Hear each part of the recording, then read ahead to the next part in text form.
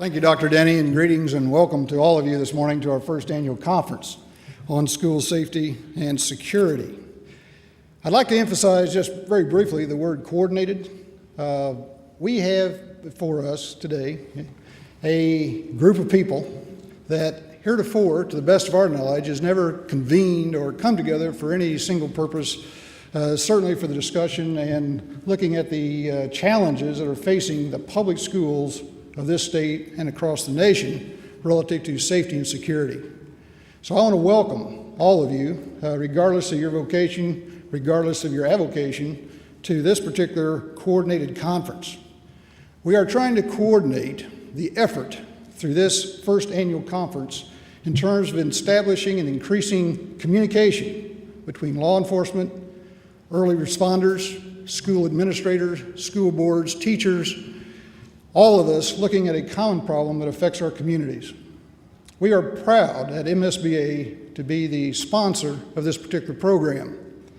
I would also say that we are indebted greatly to three organizations that have provided enormous direction and support in this particular event, and that is the Missouri Department of Public Safety, the Missouri Office of Homeland Security, and the Missouri Department of Health and Senior Services.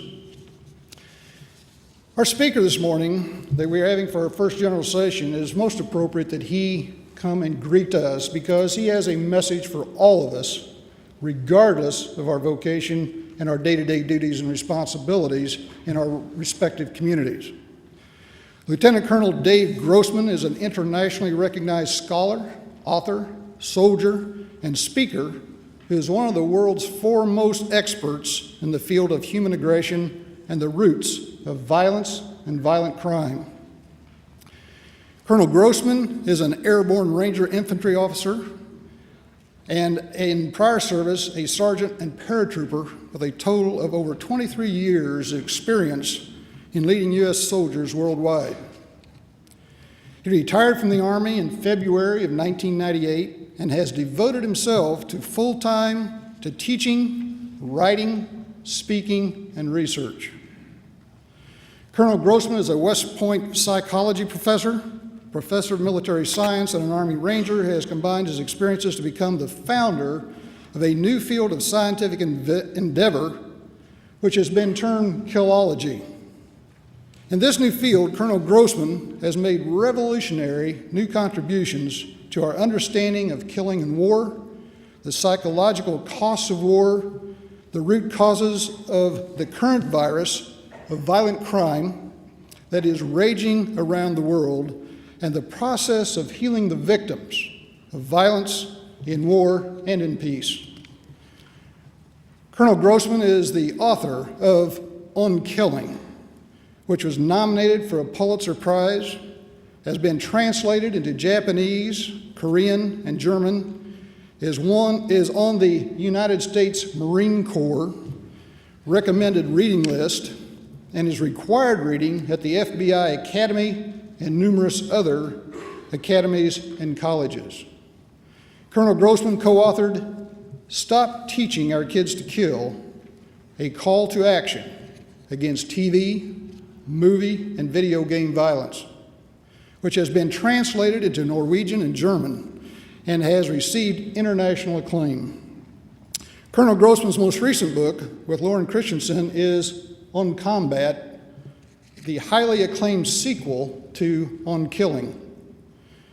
Colonel GROSSMAN has presented papers before the national conventions of the American Medical Association, the American Psychiatric Association, the American Psychological Association, and the American Academy of Pediatrics, and the American Academy of Pediatrics. Colonel GROSSMAN has presented to over 40 different colleges and universities around the world, and his influence is clearly international. As a matter of fact, Colonel GROSSMAN is now on the road about 300 days a year, somewhere in this country or elsewhere. Colonel GROSSMAN's professional contributions include having been an expert witness and consultant in state and federal courts, and serving on the prosecution team in the United States versus Timothy McVeigh. Colonel GROSSMAN helped train mental health professionals after school shootings in Jonesboro, Arkansas, and he was also involved in counseling or court cases in the aftermath of school shootings in Paducah, Kentucky, Springfield, Oregon, and Littleton, Colorado. Clearly, as I said at the top of this introduction, Colonel GROSSMAN has the ability and the skill and the knowledge to address all of us, regardless of our field of endeavor and our profession. At this time, would you please join me in giving a hearty Missouri welcome to Colonel Dave GROSSMAN.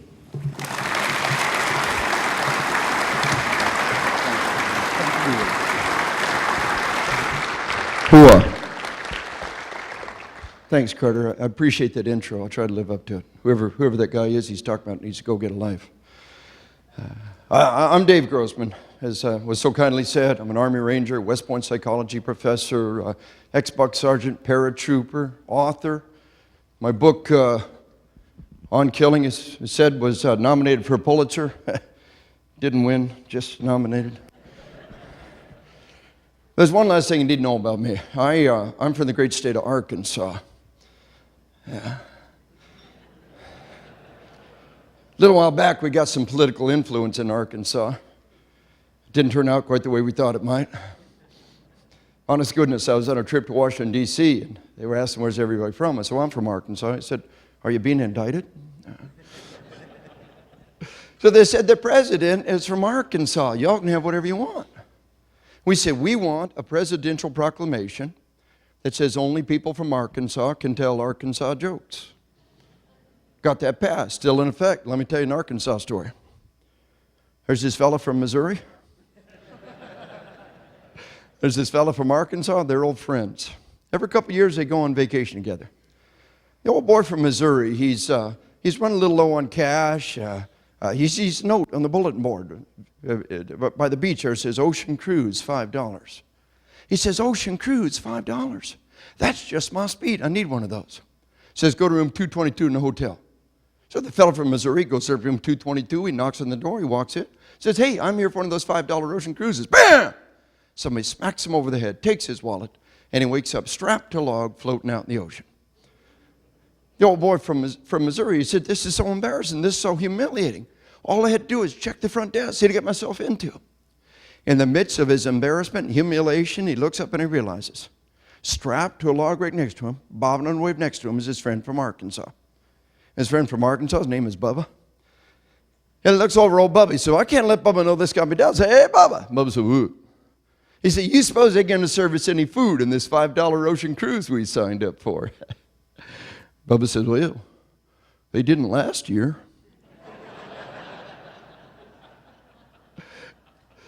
Now, the moral of the story is simply this. If you had a hard time last year, dear Lord, let's not do it again. Yeah? Folks, we've been having us a hard time. Jonesboro and Pearl and Paducah and Springfield and Littleton and Edinburgh, Santee, San Diego, Moses Lake, Bethel, Alaska, Red Lake, Minnesota, Cold Spring, Minnesota, Stamps, Arkansas, Bailey, Colorado, and a little Amish school in Pennsylvania, and Virginia Tech. Can we all agree that, dear Lord, we don't want to go on that ocean cruise no more? Yeah? Can we take the lessons learned in blood and lives and apply them to keep our precious little ones safe? Yeah? And folks, this whole business of school violence first touched my life in March of 1998. Now, in February of 98, I retired from the Army in a little town called Jonesboro, Arkansas. I was packing to go to Canada to train Canadian military when I get a call from my aunt in Florida. She says, my God, is that Joe's school they're talking about? Joe, my baby, my little one, is in middle school in Jonesboro, Arkansas. What does my aunt in Florida know about my boy in Arkansas? I said, what are you talking about? She said, turn on the news. There it was. Mass murder in the middle school in Jonesboro, Arkansas. I'll never forget the words. Unknown dead. Fleets of ambulances being sent to the school. I cannot tell you the magnitude of the horror when you turn on the national news and you hear about your school. Yeah? I was gut-struck. I was paralyzed. I didn't know what to do. It was the worst day of my life. My wife says, you need to go out there. I said, well, what can I do? She said, you're the nation's expert on PTSD. You're fixing to go to Canada. They need you here. Go. I said, you're right. Find any halfway decent man does a really good woman, yeah? With my heart in my throat and what was in the all-time record juvenile mass murder in human history, I went out to my boys' school. Now, I'll tell you at the end of the day how it turned out. But can we all agree that we don't want to go on that ocean cruise no more? Yeah? Now listen, folks, listen. It is so easy to get people to fight. There are no two people here that'll agree on everything. We can all find something to fight about, yeah? To find consensus. To find something we can all agree on. That is a worthy endeavor, yeah? And can we find consensus today on a responsibility to take those precious little ones entrusted to our care and to keep them safe, yeah? Folks, every morning, millions of parents hug their kids. The most precious thing on the planet. Every child is infinitely precious to someone, yeah? And every morning they hug their kids. And they send them off to school, trusting us to keep them safe, yeah? Can we set aside every other agenda? Can we set aside every other issue and focus today on one thing that we can all agree on? That's to keep those little ones safe, yeah? Oh, our job is to educate them. But there's a moral, fundamental responsibility to send them home to their parents at the end of the day alive, yeah? To take the precious, infinitely precious lives entrusted to our care and to keep them safe and alive. And so, my friends, we're going to focus today on that responsibility to keep the little ones safe. Now, for my cops in the audience, this is not my bulletproof mind mental preparation for combat. But there is one little piece of the mental preparation for combat thing that I want to use. I want to talk to you about the primary cause of stress and trauma in an incident. And the primary cause is denial. Now, denial is a great big fluffy white blanket we pull up over our eyes, pretend the bad man will never come. And while you got that fluffy white blanket pulled up over your eyes, I guarantee you the world will line up to kick you in the crotch while you're not looking, yeah? Denial kills us twice.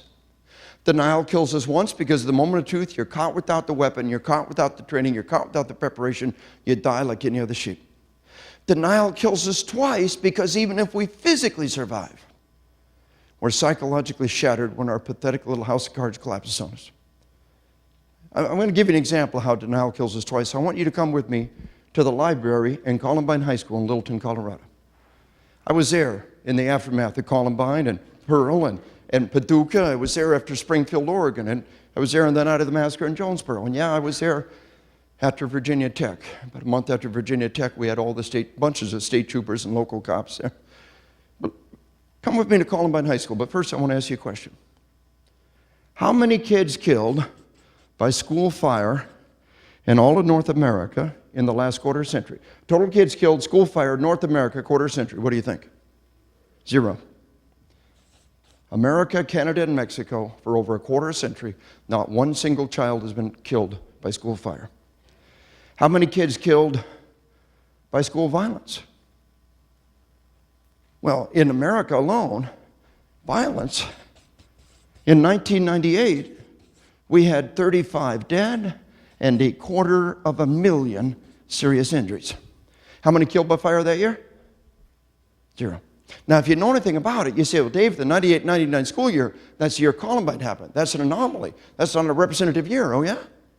In 2004, we had 48 dead in the schools. How many killed by fire that year? 0. Now listen, folks. Our children are safer in school than they are at home. Can you accept that? But safe is a relative term. How safe are our kids from fire? Absolutely safe. How safe are our kids from violence? Not safe enough. Not safe enough, okay? So I want you all to help me assign a grade. All you educators out there, put your teacher hat on and help us assign a grade. Give yourself a fire grade. Come on, what's our grade for keeping our kids safe from fire? What do you give yourself? Yeah, even the cops in the audience say reluctantly, we give the firefighter an A. I give them A+. I don't see how they could humanly possibly be doing a better job. What kind of a grade do we get for keeping our kids safe from violence? How about needs improvement. Yeah. Can we all agree little Johnny needs improvement here? And we said, Johnny, why can't you be like Jimmy Firefighter? Denial. I want you all to look around you right now. Start by looking at the ceiling. Come on, look up there. See all those fire sprinklers up there? Look over there. You see the fire sprinklers? And see those little white dots on the ceiling? And while you look at the ceiling, look at those ceiling tiles. You've seen ceiling tiles like that for a lifetime. They're code selected because they're fireproof, fire retardant material. And you come on down, and the wall boards around you are all code selected because they're fireproof, fire retardant material. And the exit sign, look at the exit sign over there, and the fire alarm beside it. That's not just any exit sign. That's a battery backup. When the world ends, it'll still be lit exit sign, yeah? And the carpet under your feet and the seat cushions you're sitting on are all code selected because they're fireproof, fire retardant material. There is not a single blessed thing in this room that would burn. And yet still we have fire sprinklers, fire alarms, fire extinguishers, fire exits, fire hydrants. This fire guy, is he crazy? This fire guy, is he paranoid? No, we all agree he's our A+ student. And because of multiple redundant overlapping layers of protection, not a single kid has been killed by fire in a quarter of a century. You try to prepare for violence, people think you're crazy. You try to prepare for violence, people think you're paranoid. You're not crazy. They're in denial. I was at a conference in Maryland, a police conference. I trained the FBI, the DEA, and the ATF, and Texas Rangers, LAPD, SWAT. I work with them all. And this one psychologist in Maryland stood up. He said, you know, many cops are borderline paranoid. He said, you know, there's cops out there that carry their gun even when they're not on duty. Yeah. I said, buddy, you know, if a firefighter had a fire extinguisher in his car, you wouldn't think anything of it. If a doctor had a first aid kit in his car, you wouldn't think anything of it. A cop carries a few pounds of the life-saving tools they're professional on their body because they're prepared to put their life on the line for you and your loved ones 24 hours a day, 7 days a week. That cop is prepared to fight and die for you and your loved ones 24 hours a day, 7 days a week. And all you can do is mock them and diagnose them with a mental disorder. There ain't nothing wrong with the cop that carries a gun off duty. There's something wrong with you, buddy. You're in denial. You're a sheep. Say, bah. And get down on your knees and thank whatever God you got that there's men and women who are willing to carry that gun and put their life on the line for you, and all you can do is mock them and diagnose them with a mental disorder. Yeah? So my friends come with me to Columbine High School. I told you I was there in the aftermath of the incident, working with the community. I had the SWAT team in my class later. I had the lead investigator in my class. The teacher in the library in Columbine High School has spent a lifetime preparing for fire. Can we all agree if there had been a fire in Columbine High School in Littleton, Colorado, that teacher would have known instinctively, reflexively what to do, yeah? But the thing, statistically speaking, vastly more likely to kill her and her kids is happening. And the teacher doesn't have a clue what to do. The teacher should have put the kids in the librarian's office and locked and barricaded the door, but she didn't know. Now you listen to me. It is not the teacher's fault. If a school never does fire drills, whose fault is it? Fire chief? Superintendent? Principal? But not the poor kid. The poor teacher's going to die because of it, yeah? If a school never does lockdown drills, whose fault is it? Police chief? Superintendent? Principal? But not the poor kid. The poor teacher is going to die because of it, yeah? And the teacher didn't know what to do, and she did the worst thing possible. She tried to secure her children in an unsecurable location. She told them to hide in the library. Now, the library is a fishbowl. It's got plate glass windows all the way around it. It's an aquarium. She told her kids to hide in a fishbowl. The killer's coming down the hallway. Quick, what's the killer's goal? What's their goal? They want to kill. They want a body count. They want to carve their name in history and your children's body and blood. They look through the windows. They see the kids huddled under the tables. What do the killers see? Targets. Fish in a barrel. Fame and immortality handed to them on a glass platter. They blast out the windows. They step into the library. They hunt the students down one by one. They mock them and torment them and make them beg for their lives on their knees as the children sob and plead and beg. The killer screwed a shotgun barrel in their faces one by one and blow their brains out their backs of their heads one by one. While the teacher is curled up in a supply cabinet, one of those little double-door supply cabinets. See, this whole room was a big Easter egg hunt. There were people hidden everywhere. The teacher heard every gunshot. She heard every sound. She heard every child beg for their lives. And the last I heard, that teacher's still alive. Now, can we all agree if that had been us, huddled helplessly, listened to our children die? If that had been us, huddled helplessly, listened to our children die, if we were not physically destroyed, we'd be psychologically shattered? Yeah. That's why denial kills you twice. Denial killed every kid in that classroom. If we just spent a fraction of the money and a fraction of the effort and a fraction of the time preparing for violence, we spent preparing for fire, the teacher would have known what to do. You understand? Denial killed every kid in that classroom. But even if you physically survive, you're psychologically shattered when your pathetic little house of cards collapses on you. Live the rest of your life in hell because that one day we failed. You understand? Well, denial is the enemy. We'll hunt down every bit of denial in our lives. And I want you to understand that kids are coming to kill our kids at levels never seen before in history. Juvenile mass murders in the school have never happened before in history. Now, I want you to understand something. In the year 1960, any kid in America could walk into the hardware store, buy a shotgun, buy the ammo, and be legal. Do you understand? Repeating firearms were invented in the 1860s. For 100 years, from the 1860s to the 1960s, every kid in America had legal access to repeating firearms. And yet these crimes never happened. Now, don't get me wrong. Nobody is saying kids should be able to go buy heat. Huh? Everybody from the NRA to the ACLU agrees kids shouldn't be able to buy heat. But for 100 years, they had legal access to firearms and these crimes never happened. Juvenile mass murders in the schools. 30 years ago, there was one little blip on the radar screen. 20 years ago, there was one little blip on the radar screen. 15 years ago, there was a couple, Moses Lake, Washington, and Bethel, Alaska.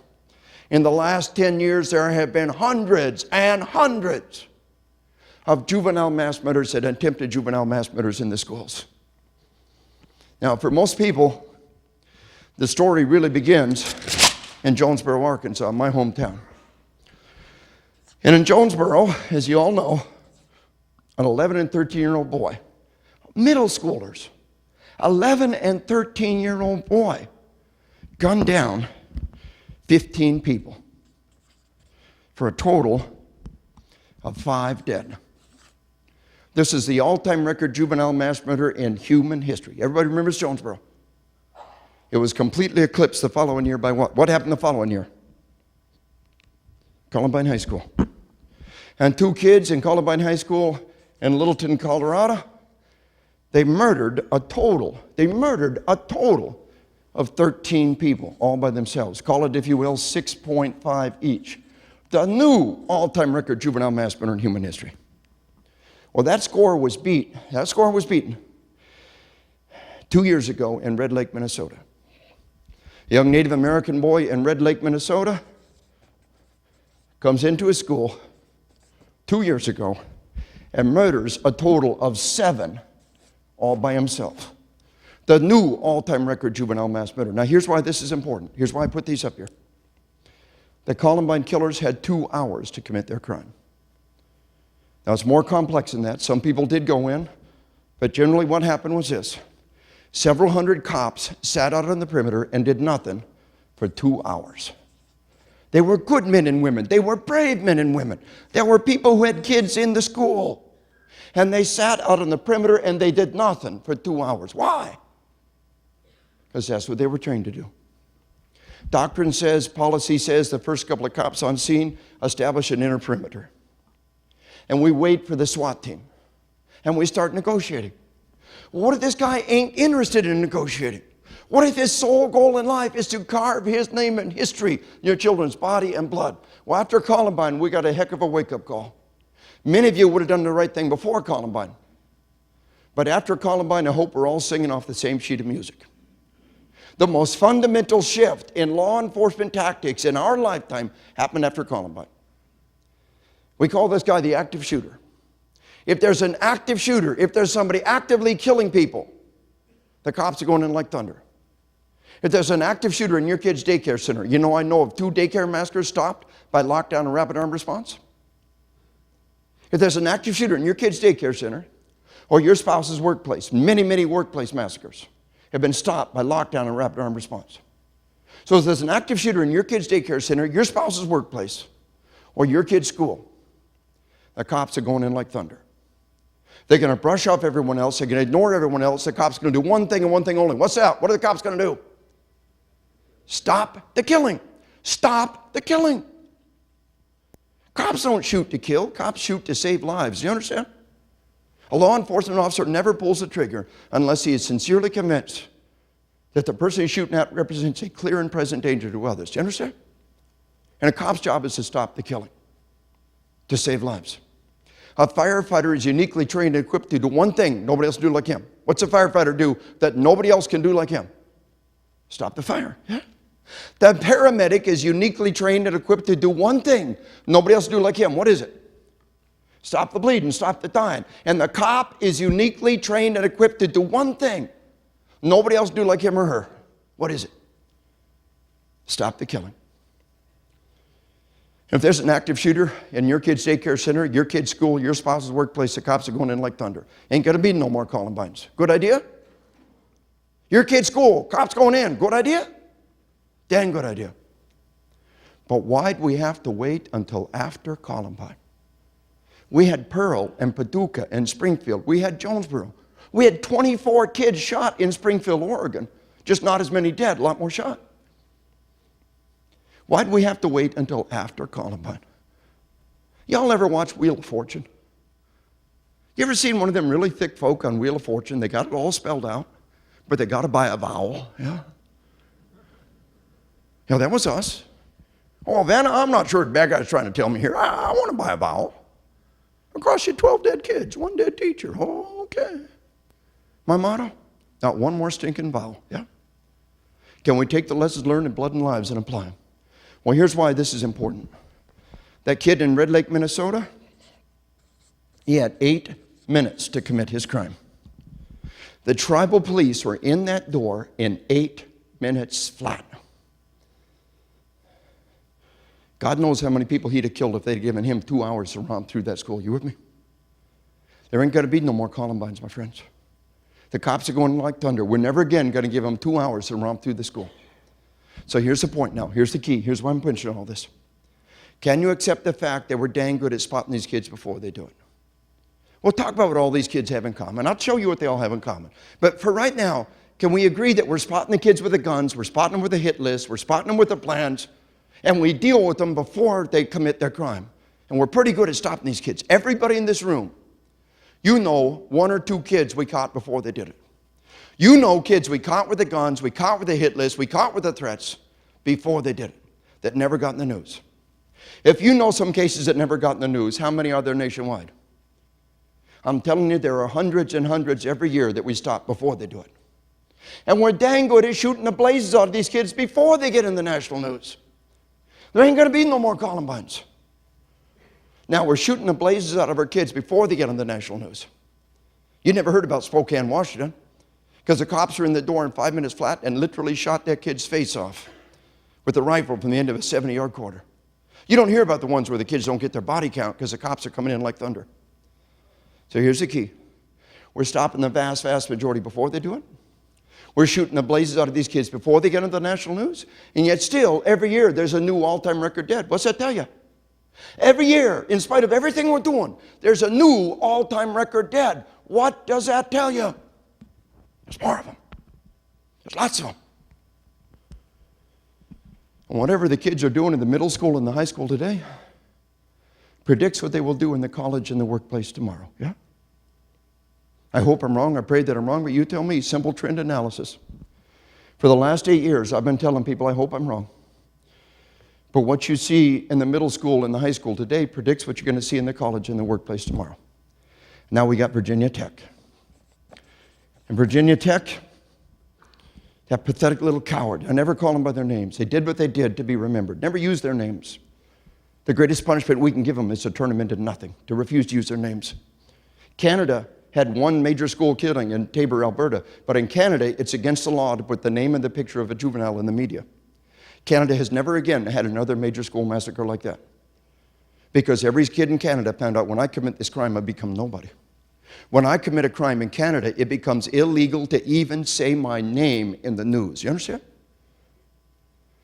So my friends, this killer in Virginia Tech, he went into the one building and killed two, and they went to another building. I'll tell you more about that building, why he chose that building. And he killed 30. 30 dead in 9 minutes. The amount of harm a human being can do in 9 minutes. The cops were actually at that facility in 5 minutes. But this killer had padlocked the doors shut. A piece of chain, you know, the double crash bars? You put a piece of chain through those crash bars, you lock it.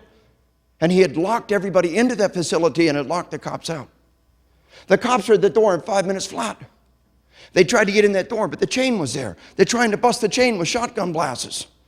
They would have given anything on earth for a set of bolt cutters. Right around the corner, the 3 doors to that building were locked, but chained by the killer. Right around the corner was a shop door, a metal door that is almost never used. It enters onto a shop class. They used shotguns to blast open this door, and they came in the door like thunder. And in 9 minutes, they were coming up that hallway screaming, "Police, police, police." This pathetic, cowardly little puke takes his own life. You see, these school killers are all trained on video games.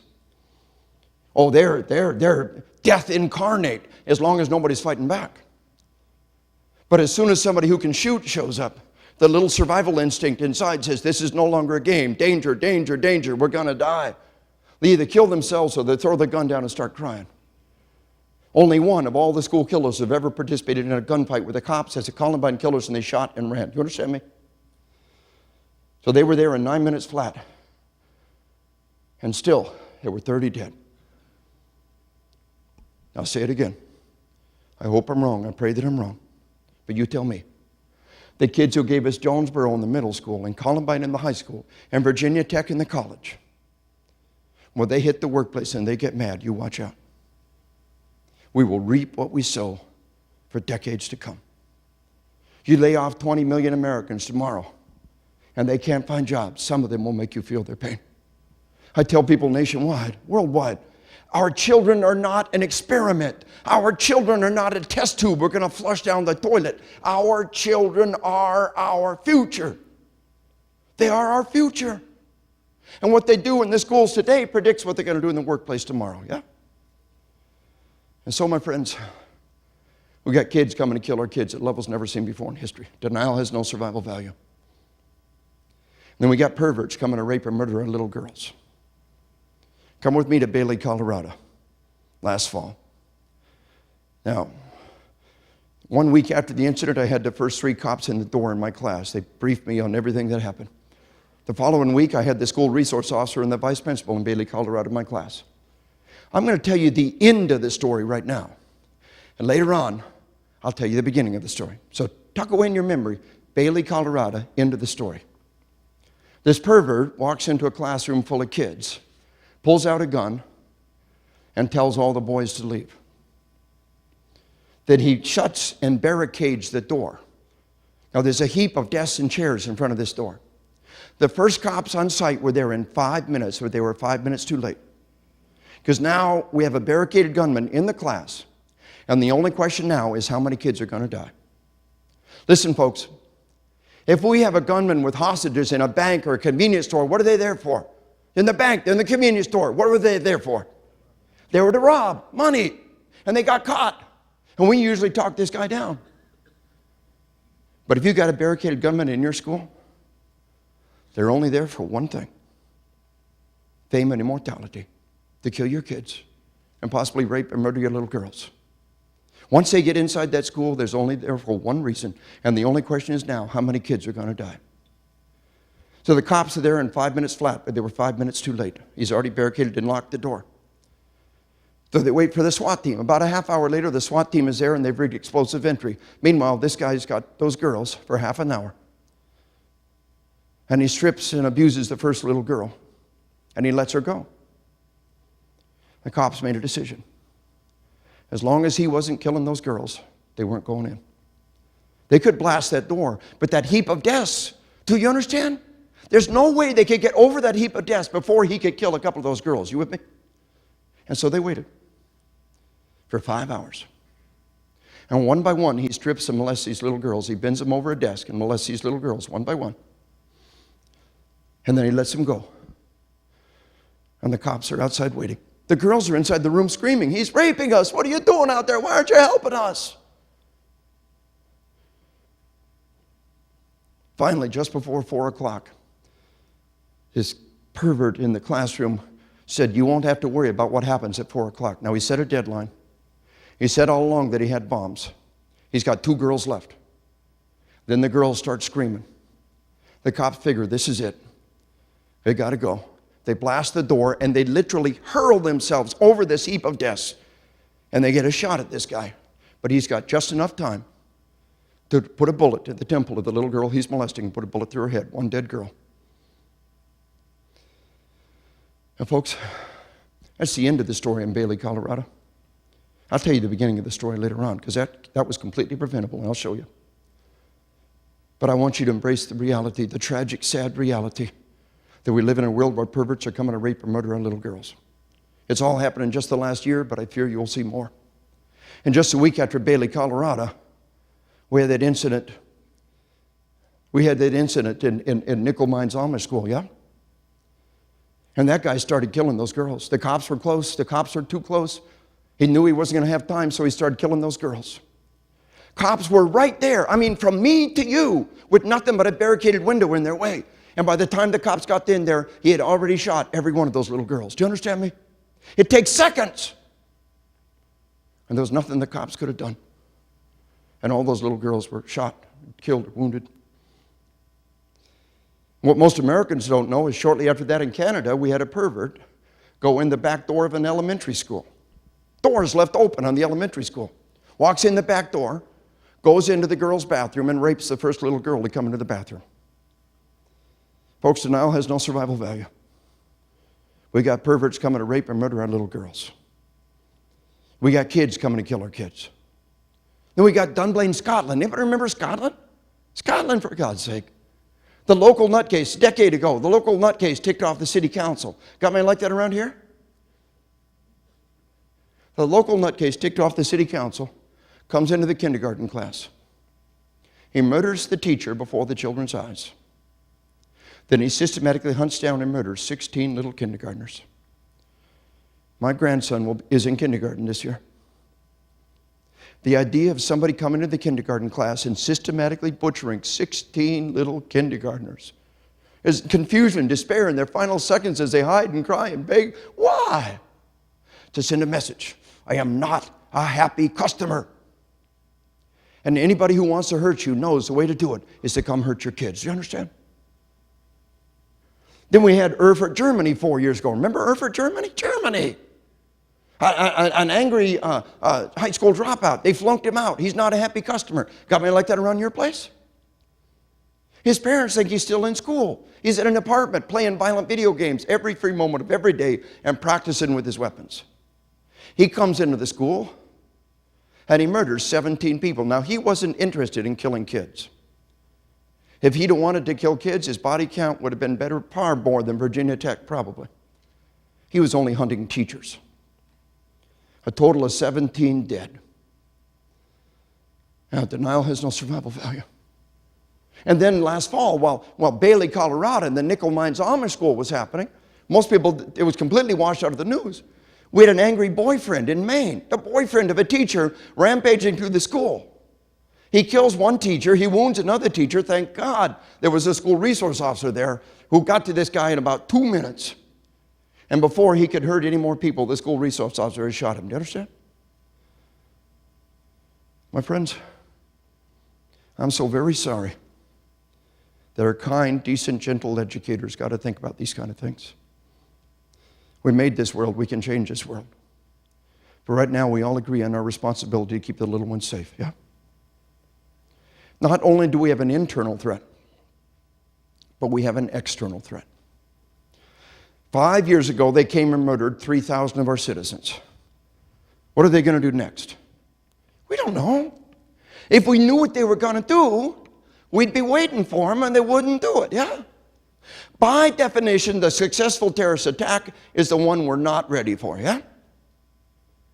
But the one thing they do to every nation they mess with is they come kill your kids. I had the honor of writing the foreword to a book called Innocent Targets by Chief Michael Dorn. Mike Dorn is the nation's definitive expert on school safety. And Mike Dorn has outlined all the terrorist attacks on the schools around the world. And the story really begins in Israel, a little place called Ma'alot in 1974. M-A-apostrophe-A-L-O-T, Ma'alot. How many of you have ever heard of the Ma'alot massacre? You have now, dang it, don't forget.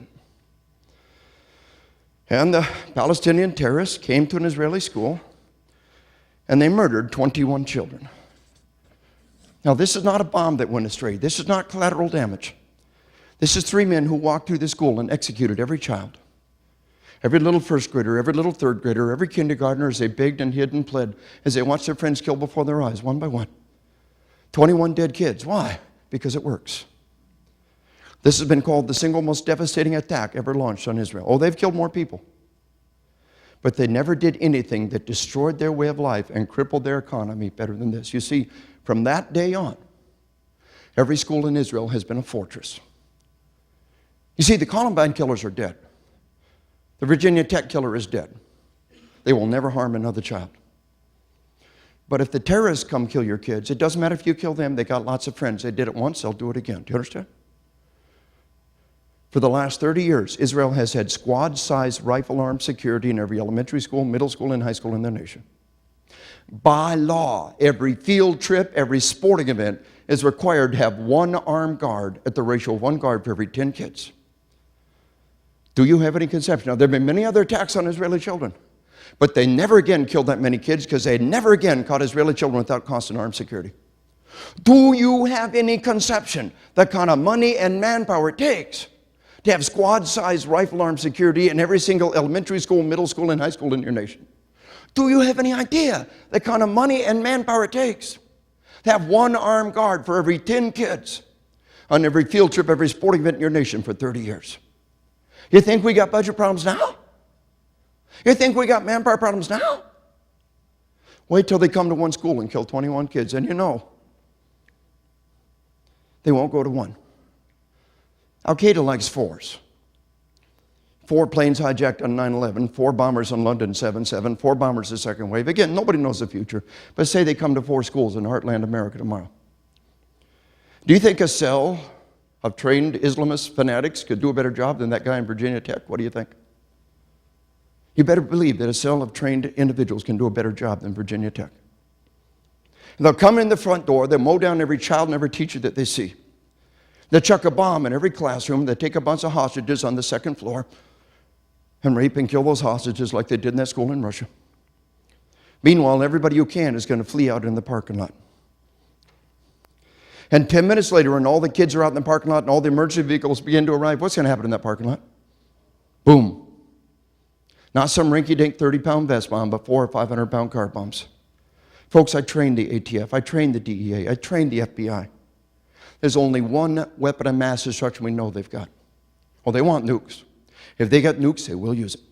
They want anthrax, they want smallpox. There's only one weapon of mass destruction we know they've got.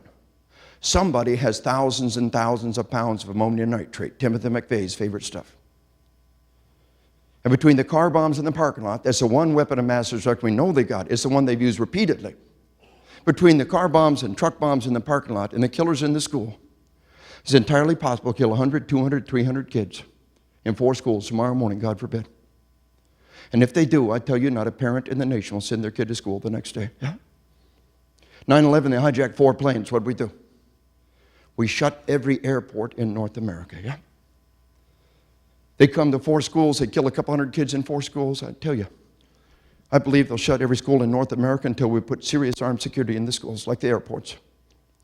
Meanwhile, 50 million kids will be loose on the streets. 25 million elementary age kids will no longer have that daycare provider. Who's going to take care of your first grader? Dad's school's shut. Who's going to take care of your third grader, Mom? School's shut. If the schools are not safe, the daycare centers are not safe. And yes, daycare massacres is one of the things they've done to Israel many times. These are terrorists. They don't pee in your water. They don't sprinkle doo-doo over your skies.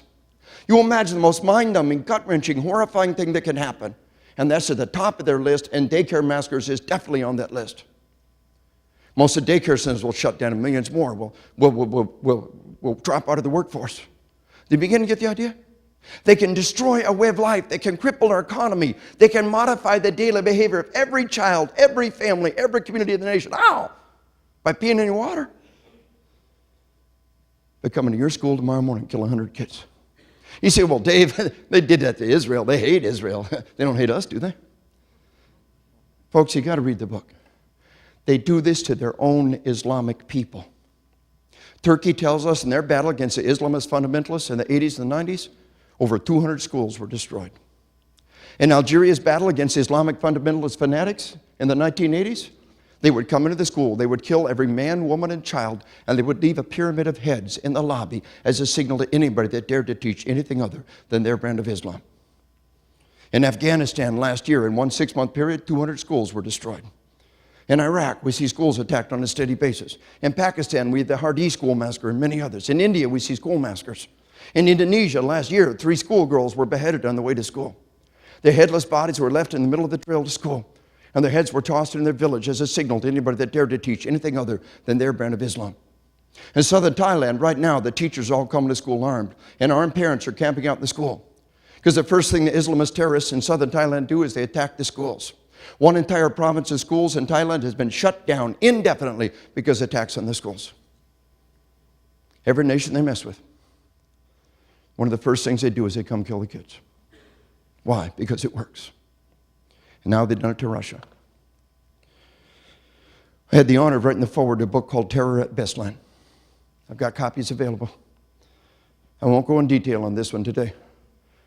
This is one of the most mind-numbing, gut-wrenching, horrifying books you'll ever read.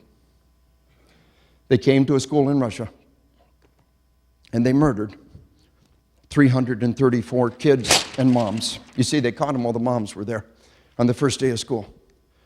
And a total of 334 dead. Over 1,000 were hospitalized. Now, the author makes a very persuasive argument that what happened in that school in Russia is a dress rehearsal, what they're planning to do to us. Now, nobody knows the future. But folks, let me give you the background of this. Russia went into Afghanistan. The enemy is not stupid. While Russia was in Afghanistan, they did not attack Russia. They were willing to wait 10 years till Russia finally cut and run. They knew if they attacked Russia, they would renew Russia's will. They knew if they attacked Russia, they will generate international support and internal support for Russia. They waited 10 years and they never touched Russia. When the Russians finally cut and run, then they followed them home. And folks, the terrorists, the Islamic individuals in their own nation were the primary tool they used to attack the Russians, the Chechens. You heard of Chechnya? That little piece of Russia giving them such heartburn? It's an Islamic portion of the nation. It's part of the Islamic Caliphate then to establish around the world. By the way, people are always saying, why aren't we profiling these people? We know what they look like. Oh yeah? You think you know what they look like? What do the Chechens look like? Just like any other Caucasian. And we got people from sub-Saharan Africa, Islamic fundamentalists from sub-Saharan Africa, that look like any African-American citizen. Don't even think you know what they look like. And folks, the Chechens are giving the Russians merciless hell. But of all the attacks they ever launched, this attack on that little school in Bestland had Al-Qaeda all over it. B-E-S-L-A-M. Remember it. Pronounce it right. They deserve to be remembered. 3 years ago on September 1st, they came to that school and they murdered 334 kids and moms and teachers. And of all the attacks that Chechens have ever launched, of all the ones they've ever launched, this one had Al-Qaeda all over it. A large proportion of the attackers were what the Russians called Arab terrorists. It was Al-Qaeda. Why? Of all the things that Chechens have ever done, why is Al-Qaeda all over this one? Well, the author makes a very persuasive argument that this is a dress rehearsal for what they're planning to do to us. And if it is a dress rehearsal, it's a smash success by every definition. And he makes a point that Osama bin Laden has flat told us. Osama bin Laden has flat promised what happened to Russia will happen to America many times over. Bin Laden tries very hard never to lie. And he flat promised what happened to Russia will happen to America many times over. So, my friends, we don't know what they're going to do. We don't know what the future holds. Nobody does. But I know one thing for dang sure. It's not your job to shoot down the plane at 20,000 feet, sprinkling anthrax over your city. And it's not your job to stop the nukes or anthrax or smallpox from coming across the border. It is your job to take those precious little ones entrusted to our care and keep them safe. Yeah? We have an internal and external threat like nothing we've ever seen before in history. We got perverts coming to rape or murder our little girls. We got sickos coming to kill our kids to make a statement.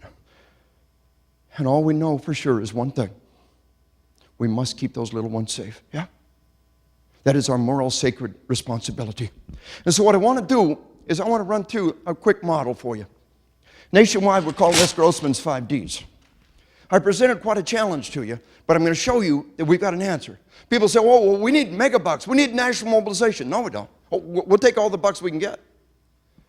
But our primary problem is not money. Our primary problem is denial. So let me run you through GROSSMAN's 5 Ds. And the first D is denial. What do you do with denial? Get rid of it. Chew it up. Spit it out.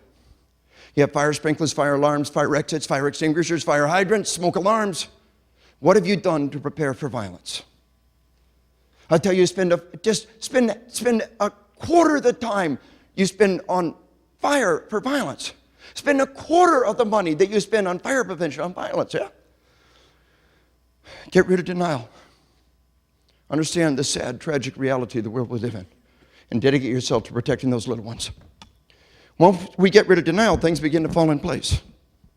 And what we want to do is we want to deter and detect. Let's talk about deterrence. Can we all agree that we desperately do not want gunfights in our schools? Do we all agree that we desperately do not want to have to go in that school and shoot a kid? Can we all agree on that? Then dang it, let's deter this little sucker. They can be deterred. Whether it's a school killer or the workplace killer. Whether it's Timothy McVeigh or Osama bin Laden, they've all got the same goal. What's their goal? McVeigh, bin Laden, school killer, workplace killer, what's their goal? They want a body count. They want to carve their name in history in your children's bodies and blood.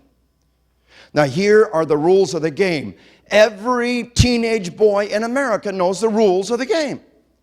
You kill one person, your life is pretty much over. And you're lucky to get 6 inches in Section B of the state newspaper, yeah? You commit an all-time record mass murder. The punishment's exactly the same. And you get on the cover of Time magazine. The Columbine killers were on the cover of Time magazine twice.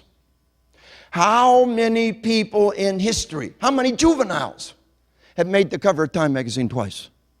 To my knowledge, are we still on? There we go. To my knowledge, the Columbine killers are the only ones. You understand? The only juveniles to ever make the cover of Time magazine twice. So their goal is a body count, and they can be deterred. 2 weeks ago, I was in Washington, D.C., training for the Airline Pilots Association, ALPA. Now, the CIA guy responsible for all airline threats briefed them. And the one thing he said over and over again is these people only fear one thing, as failure. They only fear one thing, failure. They're not afraid to die. Some of them want to die. But they desperately do not want to die for nothing. Do you understand me? They desperately do not want to die for nothing. And so, my friends, they can be deterred. The CIA guy was telling us how they get they're reading their mail, they're getting inside their message traffics, and they say, the one incident, we get word they're going to do something, they increase the security of that location, they abort the mission. He said, we see their messages all the time. They said, they've added 2 security guards, we're going to abort the mission. You just change things, you increase security, you change your procedures in response to a possible threat, and they'll pull back. They're not looking for a gunfight. They're looking for a massacre. Riddle me this. Why are there seldom any successful workplace massacres in police stations? Everybody's got a gun. They know where to go die. They know where to go get shot. But if they want a body count, they ain't coming where people can fight back. And if there's armed security on site, they're far less likely to attack. Now again, I know this is hard for my educators. And as I said, I'm so very sorry. We live in a world where we got to think about these kind of things. We made this world. I'll show you. We can change this world. Right now, we got to keep those kids alive. If there's armed security on site, there's far, far, far less likely to attack. Do you understand? The greatest achievement of that school resource officer is a kid we didn't have to shoot. The greatest achievement of your school resource officer is a kid we didn't have to put in jail. They can be deterred. So come with me to Red Lake, Minnesota. Remember Red Lake, Minnesota, the guy, this teenage boy, Native American boy, he murdered 7 people in the school. And I'm not counting him. I'm not counting the 2 people who were killed previously. You see, this kid in Red Lake, Minnesota, the first thing he did was he murdered his grandma and grandpa. The best we can tell, the kid had nothing against grandpa. But grandpa was a police officer. And grandpa had to die so the kid could get access to grandpa's weapons and body armor. So the kid pulls up to the front door. He pulls up onto the lawn in grandpa's police vehicle with body armor, a shotgun, and a pistol. There are 2 unarmed security guards at the front door of Red Lake, Minnesota. Stop there, stop there. If those 2 security guards had been armed, odds are 10 to 1 the kid would have never even tried it. Do you understand me? He'd still be leading his sad little life. Everybody'd still be alive. Odds are 10 to 1 he would have never even tried it if he knew there were 2 armed adults waiting for him. And the 1 in 100 chance he'd have done it anyway, it would have been a whole different story if there'd been somebody there to shoot back. You understand? He could have been deterred. This whole thing could have prevented. The ultimate achievement is a kid we don't have to shoot. The ultimate achievement is a crime that doesn't happen, yeah? But the guards were not armed. And the killer comes to the front door, and there's 2 unarmed security guards there. One of them runs down the hallway screaming, "Lockdown, lockdown, lockdown." Good. Remember her. We're going to come back to her later on. The other security guard stayed at the front door. No, he was not stupid, and he was not foolish. He's a very brave young man. His name is Derek Brunn, 28-year-old Native American warrior, and he deserves to be remembered. Derek had been placed in an impossible situation. He had been given responsibility for human lives, and he hadn't been given the tools to do the job. And Derek would not abandon his post. Maybe he could talk this kid down. Maybe he could tackle this kid. Derek was willing to bet his life, and he lost that bet because the killer never even slowed down. He pumped 2 12-gauge slugs into Derek's body as he walked past. Derek barely bought that school 2 seconds. Whoever put an unarmed man in charge of security at that school valued the life of that man in about 2 seconds because that's all he accomplished. Whoever put an unarmed man in charge of security at that school valued the lives of their students in about 2 seconds because that's all their unarmed security got them. Listen, folks, we need our unarmed people. There are many things unarmed people can do for us, but never call an unarmed man security. Call him run like heck when the man with the gun shows up. But don't call him security. Unarmed security is bloody, stinking murder. It's murder to give somebody responsibility for human lives and not give them the tools to do the job. Imagine somebody said, "I want a fire professional on site. I want a trained fire professional on site. I want a fire hat. I want a fire uniform. I want a fire badge." But no fire hoses. No fire extinguishers. The fire hat, the fire badge, the fire uniform, that'll keep us safe from fire. That's insane. Can we all agree? That's delusional. That's insane. It is equally delusional, equally insane to say, "I want a security specialist on site. I want a security hat. I want a security badge. I want a security uniform," but no guns. Folks, it's not the badge, it's not the hat, it's not the uniform that makes us safe. It's the tools in the hands of a trained professional, whether it's a firefighter or a cop. Do you understand? And so they can be deterred. And they're like a little pinball out there looking for a soft target. And every time they bounce off a hard target is a chance to detect them. Now, what's a hard target? Some place where they think they can't get a body count. Some place where somebody can shoot back, yeah? And they're looking for a soft target. What's a soft target? Someplace where they think they can get their body count. Someplace where people can't shoot back. And every time they bounce off a hard target is a chance to detect them. So go back to Bailey, Colorado. Remember I told you the end of the story? Remember I told you what this pervert did in that classroom full of girls? Yeah, that's the end of the story. Let's get the beginning of the story. They've got this guy caught on videotape, sitting in their parking lot watching the school all day long the day before. They got him caught on videotape the following day, sitting in the parking lot, sitting in his car, watching the school. Now, the vice principal and the school resource officer both told me that people told them afterwards, I saw somebody sitting in that car. I thought there might be something wrong. I saw him the second day. I thought there might be something wrong. Why don't you tell us? Our problem is not money. Our problem is denial. Now, folks, I want to recommend to you a book. Oprah Winfrey stood up on national TV, said every woman in America should read this book. I say every cop should read it, every teacher should read it, every soldier should read it, and you should have your loved ones read it. The book is called The Gift of Fear. The author's name is Gavin DeBecker, D-E space B-E-C-K-E-R. Now, this is about listening to the little voice inside. You get it in any bookstore. Any bookstore's got it in stock. It is about listening to the little voice inside. Listen to your intuition. Listen to the little voice that says there's something wrong with that guy sitting in the parking lot for the second day watching our school. After the Beslan massacre, after the massacre of 334 people in that school in Russia, the federal government sent out a warning to every school in America. How many of y'all saw it? Oh yeah, it really made the rounds, didn't it? Yeah. What they said was be alert for anybody conducting surveillance of your school. Be alert for people casing the joint. Be alert for surveillance. Be alert for mobile surveillance. Be alert for static surveillance. Be alert for anybody watching you during your emergency drills. Be alert to any question about security.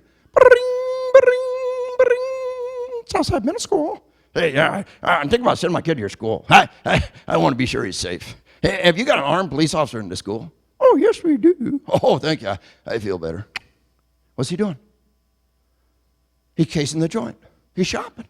He's letting his fingers do the walking. Yeah? He's looking for a soft target. Now, folks, the state of Illinois and the state of Indiana is required to have a state-certified school safety specialist in every school. For years now, I've been part of the faculty that trains every state-certified school safety specialist, the state of Indiana, the state of Illinois. I train many, many other school districts around the world. And I tell them, if you get a call like that, if you get any question about security, treat it like a bomb scare. Ask his name, get his phone number, get his address, get all the information you can. Anybody who asks any question about security, get all the information you can. As a bare minimum, write down the caller ID number. If you don't have caller ID, write down the precise time and phone number that this thing came in, so the cops can look it up on the LUDs. You see, we got a bunch of people out there who are technically known as detectives, yeah? And they look for something we call clues, yeah? And the ultimate achievement is the guy we catch before he did it. Now, 9 times out of 10, the guy that made that phone call I just gave you, 9 times out of 10 is probably a sincerely concerned parent. Can you see how a concerned parent might have made that phone call? What would be more reassuring to a concerned parent to have 2 cops come knock on his door that night, huh? You asked about security at the school. We're here to tell you. That's reassuring. 1 time out of 10, 1 time out of 20, 1 time out of 100, you caught the guy before he did it. Every cop dreams about being the one to catch the 9/11 hijackers before they did it, yeah? Well, that one's done. There's somebody out there, folks, and it's your job to catch them before they do it. And you follow up on every lead and every clue, and any question about security is a clue, yeah? Go back to Bailey, Colorado. He's sitting out in the parking lot all day long the day before. He sits out in the parking lot the following day watching the school. He waits until the school resource officer leaves the building. He comes in the front door. Now, there's no access control. Nobody to say, who are you? Nobody saying, what are you doing? He comes in the front door. By the way, the school's being sued. They're going to be successfully sued. They've already settled and paid megabucks. for their failure to provide access control to this building. You understand? I'll say it again. I'll say it repeatedly. Don't be afraid of being sued. Be afraid of being successfully sued. Be afraid of being so negligent, so irresponsible that children die, because you will be sued, you will be successfully sued, you will be financially, professionally destroyed. More on that later on. The guy comes in the front door, and he wanders a hallway and picks a classroom. He intentionally picked a classroom where the snipers didn't have a shot in the window. He picked a classroom that overlooked the atrium, and there was no shot into the window on the second floor. And as he wanders a hallway, he drops plastic bags full of sand. Now, nobody's too sure what this is all about. They think it was supposed to be his diversionary device. That he was going to tell him during the negotiations, you see that bag is full of explosives, and that'll slow him down long enough for him to rape another little girl. Do you understand? And the actual event, they never even noticed him until it was all over. But let's review the bidding here. He sits out in your parking lot and watches your school all day the day before. He sits out in your parking lot the following day and watches your school. He waits till your cop leaves the school. He goes in the front door. He wanders a hallway dropping plastic bags full of sand. Is this not what is technically known as suspicious behavior? Did we not have every warning in the world? Folks, our problem is not money. To keep all the doors locked and have somebody sitting at the front door, most schools can take that right out of their hide. Have somebody sit in the front door, providing access to control to everybody that comes in. You understand? Our problem is not money. Our problem is denial. Deter and detect. But if that fails, now you've got somebody in your school. What I'm going to do is I'm going to run through the Chicago three-step model on the Chicago lockdown drill. It's just a model that's being used nationwide. It's a three-step model, like, stop, drop, and roll. Yeah? Like, stop the bleeding, clear the airway, treat for shock. Simple three-step model. Then I'll show you what all the school killers had in common. The FBI did a definitive study. The Secret Service did a pretty good study. And it was synthesized together. And I'll show you the 4 things all the school killers have in common. And then I will show you the light at the end of the tunnel. I will show you a controlled double-blind medical experiment by Stanford University Med School that verified a curriculum that's now been used nationwide. This curriculum is free. The conference is free. Over 1,000 schools are using the TV turn-off curriculum. When we convince the kids to turn off TV, movie, and video games, we cut violence in half, we cut bullying in half, and we raise test scores double digits. There is light at the end of this tunnel. We have come to a dark and desperate place where our citizens and our children are coming to kill our kids. I will show you the new factor, and I will show you a free curriculum. Escanaba, Michigan's received a $2 million federal grant by the National Service. The conference is free. The curriculum is free. Any place it's ever gone in. We convince the kids to turn off TV, movie, and video games. We cut violence in half. We cut bullying in half. We raise test scores double digits. Much, much more on that. But there will be light at the end of the tunnel. But right now, here's the plan. I'm an old soldier, and I like to play life by old soldier rules. For me, that means a break pretty much every hour. Now, we went a little over an hour. We're going to have a 15-minute break. A little over an hour, another 15-minute break. We'll see how it works out. Now, here's the deal. If you're not back, and I do this 300 days a year, going on 10 years. If you're not back in 10 minutes, or in 15 minutes, that tells me you need longer breaks. I'll give you longer breaks further apart. It's on you. But here's the plan. How many XGIs got it here? Huh? Where's the Army? Army, huh? Oh, Navy? Or Air Force? Oh, Marines? Oh, Semper Fi. Any Coast Guard? We got any Coast Guard? I swear to you, I do this 300 days a year, going on 9 years. And if there's one Coastie out there, and you don't mention him, he will always let you know. Hey, man, you forgot one branch, Uniformed Armed Services. Yeah, Department of Transportation, right? Yeah. You know we're teasing. They're good guys. We're teasing. But here's the plan. Right now, it is 20 minutes till the hour. If you are a civilian, I ask you, please be back in your seats, urine levels down, caffeine levels up, ready to rock and roll at 5 till the hour. If you want my old GIs, we need you back in your seats at 10:55 hours. Or correction, 9:55 hours. If you are a Marine, Mickey's big hand will be on the 11th.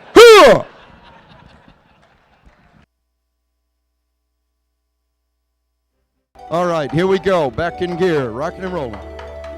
Now, what I need to do is I want to bring you a message. It was a month after 9/11. I was training spec ops guys headed off to Afghanistan. Now, do y'all remember what it was like a month after 9/11? The World Trade Center is still smoldering rubble. We're still estimating about 4,000 dead. You remember those days? Never forget. And this young Special Forces sergeant, this young Green Beret came up to me. He said, Colonel, we're going to Afghanistan. We're going to kick their tail. He said, while we're there, tell all those cops you teach, don't let them come kill my kids. Don't let them come kill my kids. I've been passing on that message for over 5 years now. They're over there fighting and dying. They believe in what they're doing. My boy just came home from his 3rd combat tour, headed back over again in January. They only ask one thing. Watch my 6. Cover my back. Do your job. Don't let them come kill my wife. Don't let them come kill my parents. And dear God, most of all, don't let them come kill my kids. Yeah. And so we accept that responsibility. And there's simple, straightforward things we can do. And it begins with deter and detect. And I cannot emphasize enough times, armed security on site is our single greatest tool. The kid we didn't have to shoot, the crime that didn't happen. And God forbid somebody should come in that school. Somebody on site right there to deal with it is vital, vital, vital. Because the next step in our little equation is to delay. Now, delay is about lockdown drills. Now, he's in our school. What we got to do is we got to mitigate the effects. Once the killer's in that school, there's a very good chance that people are going to die. We're fighting against the odds right here. The goal was to stop him before he got in the school. But there's a model that I want to give to you. And we're using this model nationwide. It's a Chicago model. But let me just ask you a question. When bad things happen in life, you can respond in a way that's very, very good. You can respond in a way that's very, very bad, or anywhere in between. Now, is it possible to do something very, very bad in the event of a fire? What do you think? Chicago school fire. Over 50 years ago, 2 students came into the teacher. Teacher, the smoke billowing out of the stairwell. The smoke billowing out of the stairwell. The teacher goes, sure enough, there's a fire starting down at the bottom of the stairwell. The teacher does not have the authority to pull the fire alarm. Now, today that's unthinkable. It's unthinkable because the unthinkable happened. You know, I've got educators nationwide that tell me they've been told that they don't have the authority to dial 911. Don't call 911, call the office. We'll decide whether or not to call the cops. I tell people nationwide, if that's your policy and a single child is harmed, you will be sued, you will be successfully sued. There's not a jury in the nation that wouldn't be enraged that you told people they couldn't call 911. Seconds equal lives. In Virginia Tech, the kid was there. In Red Lake, Minnesota, the cops are there in 8 minutes flat. Lord knows how many people would have died if they'd given him another 2 minutes, yeah? And so, my friends, yes, we can do something very bad in the event of a fire. So what do? We teach people what to do in a fire. We teach them stop, drop, and roll. Remember, we teach the little ones stop, drop, and roll? What to do when they catch on fire. Does that cause anxiety? Do they go home and have nightmares about catching on fire? No. Preparation doesn't cause anxiety. Denial causes anxiety. And we teach them fire drills. Now, do kids go home and have nightmares about the school catching on fire because we do fire drills? No. But what we do is we take them from doing something very bad to something reasonably good with minimal investment. Stop, drop, and roll, fire drills. Have we turned them into firefighters? No. It'll take another lifetime of training to turn them into firefighters. But with minimal investment, we can get maximum payoff. Take them from doing something very bad to something reasonably good, yeah? Is it possible to do something very, very bad when violence happens? Or very, very bad when medical emergency happens? What do you think? Well, the military model kind of goes like this. Stop the bleeding, because arterial bleeding will kill you first, right? About 7 to 8 seconds, arterial bleeding can kill you. The next step, clear the airway, because the next thing to kill you, you got about 4 minutes without air. The third step is treat for shock, okay? So one of the 3-step models is out there. Stop the bleeding, clear the airway, treat for shock. Now, if you get that one wrong, you can kill him, yeah? Arterial gushing's happening. You say, oh, his face is pale, lift his tail. Ah. You killed him. So it's possible to do something very, very bad, and all of us intuitively understand the fundamentals of stop the red stuff, get them breathing. We all intuitively understand these fundamentals, and it takes us from doing something very bad to something reasonably good.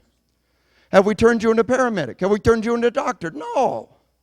It'll take another lifetime of study to turn you into a paramedic or a doctor. With minimal investment, we get maximum payoff, yeah? Is it possible to do something very, very bad when violence happens? Well, the Columbine High School library is our case study, yeah? So we take people from doing something very, very bad to doing something reasonably good. Are we going to turn them into a cop? No. But we can take you from doing something very bad to something reasonably good. And that's the goal of the model. So what we have is a simple three-step model. It's been used worldwide. It began in Chicago, Illinois, sometimes called the Chicago model. I mean, we kind of renamed it. We call it the MOVE model because we work it and work it. Joe Friga in Geneva, Illinois is the one that really pioneered it. They don't even like to use the word lockdown. I don't think there's anything wrong with lockdown as long as you do what you want, but they say secure the facility. Call it whatever you want. But the point is that we're not going to hunker down and die. Lockdown implies we're going to hunker down and die, and the last thing we want you to do is hunker down and die. So it's a three-step model. And step one simply says move. See, the action verb at every level is move. Move away from violence. Stranger danger, move away from violence. Hey, stop a minute. Have you ever asked yourself why we do fire drills? Have you ever really thought about it? Why do we have to practice leaving the school? We do it every day. Why don't we call the last bell of every day a fire drill and kill two birds with one stone? Yeah? Well, there's two reasons why we can't do that. Number one, there is a powerful tendency to be mesmerized by fire. There's a powerful tendency to spend precious seconds looking at the billowing smoke, looking at the flames, even going toward the fire when you should be going away. So we make it like a classical, we make it like Pavlovian conditioning. Remember Pavlov's dogs? Or Skinner's rats? Go, go, go. It's behavioral conditioning. It's B.F. Skinner. Another reason why we got to do fire drills is because when people are frightened, they'll do incredibly foolish things if we don't work our way through it ahead of time, all right? That's true of fire, and it's true of violence. There is a tendency to be mesmerized by violence. And I know it sounds bizarre, but the state troopers I worked with a couple weeks after Virginia Tech, what horrified them were the ones who simply sat in their desk and waited to die. And there's a tendency to just watch until it's your turn to die. What's the one thing in a playground guaranteed to draw every kid like a magnet? They'll fight to see a fight. What's the one thing on a highway other than a cop guaranteed to slow everybody down? A wreck.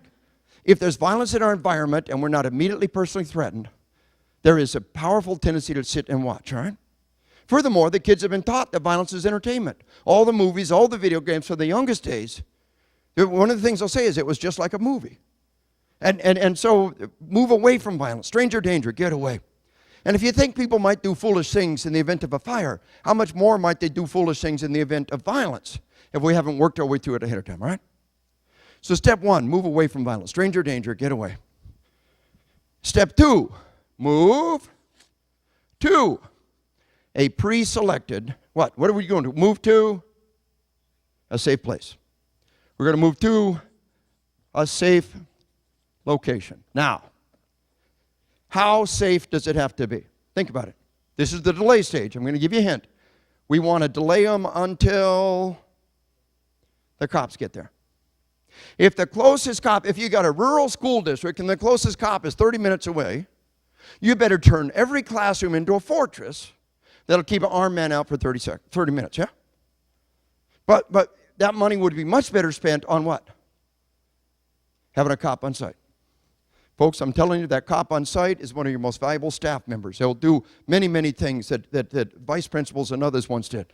That cop on site is your number one deterrent. The greatest achievement of the kids we didn't have to kill, the greatest achievement of the crimes that didn't happen. That cop on site is your number one tool to detect it. They're the number one tool to delay it.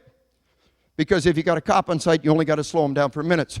And they are the number one tool, final D, to defeat it. Defeat. Now, move to a pre-selected safe location. How safe has it got to be? Long enough to keep the killer out. All right. Come back with me to Red Lake, Minnesota. The killer has come to the front door, and he's killed Derek Brunn at the front door. 28-year-old Native American warrior, unarmed security guard, dies. The other school resource officer is running, or the other unarmed security officer is running down the hallway screaming, lockdown, lockdown, lockdown. Within seconds, every class was locked. Now, in the average school, what you have to do is go out in the hallway, put a key in the lock, turn the key, take the key out of the lock, step back inside the door, and shut the door behind you to lock the door. All of this in seconds while somebody's coming down the hallway shooting people? I don't think so. So nationwide, we're trying to find a solution to that. Thank God that Red Lake, Minnesota had a facility to lock every door from the inside. It's a basic piece of technology. You can unlock it with a key, but you can lock it from the inside. Most houses have got that exact, yeah? Most of you, your back door, your front door, you can lock it from the inside, but with a key you can also unlock it from the outside. What an incredible piece of technology, yeah? Folks, how many teachers, how many professors have to die blocking the doors? How many people got to die blocking the doors with their bodies as their children escape out the windows before we learn this fundamental thing that every classroom has got to be securable? It's got to be accessible from the outside too, do you understand?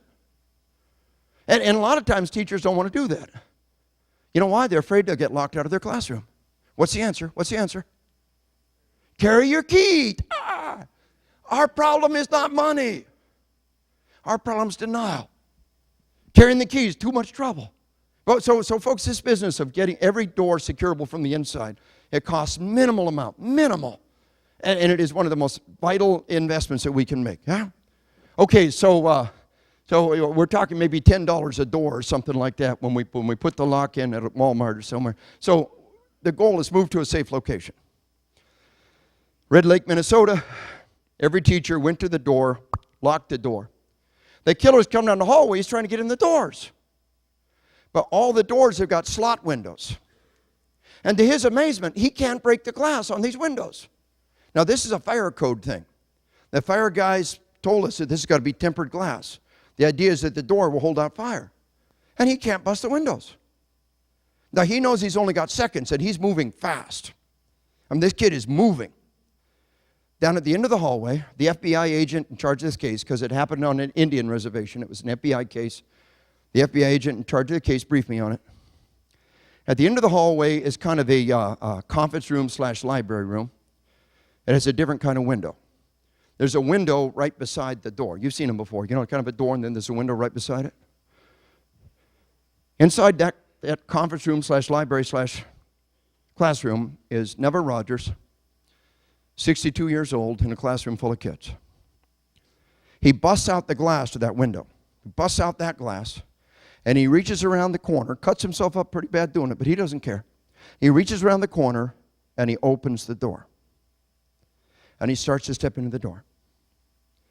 Now, Neville Rogers, as soon as that glass is broken, and she knows the kid's coming in, she starts shooing them into an adjacent room.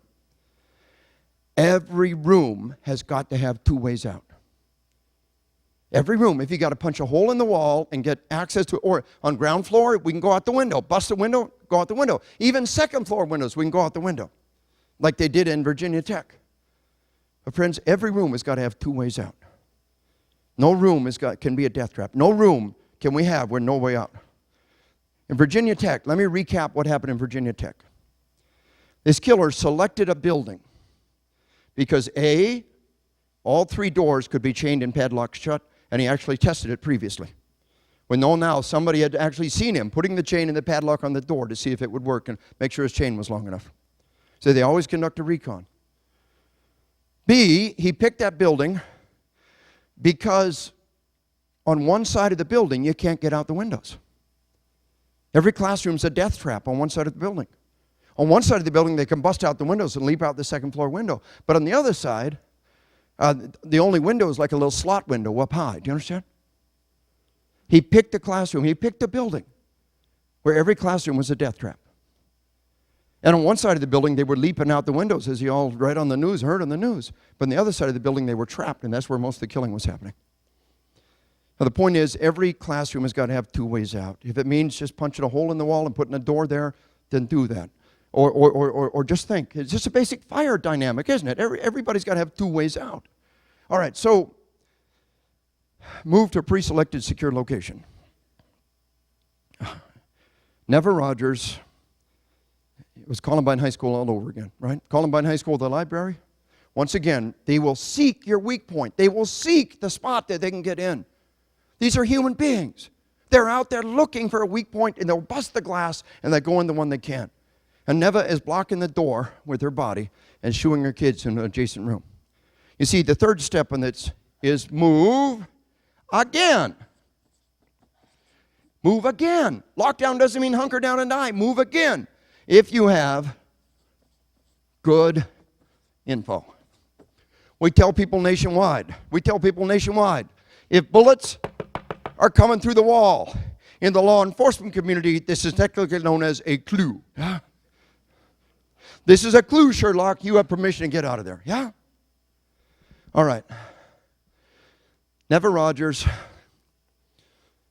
her position wasn't secure. She's blocking the door with her body and shooing her kids into an adjacent room. The killer reaches around the door with a pistol and shoves a pistol in her body and starts sinking slugs into Neva Rogers. Neva, 62 years old, was the second one to die, blocking the door with her body.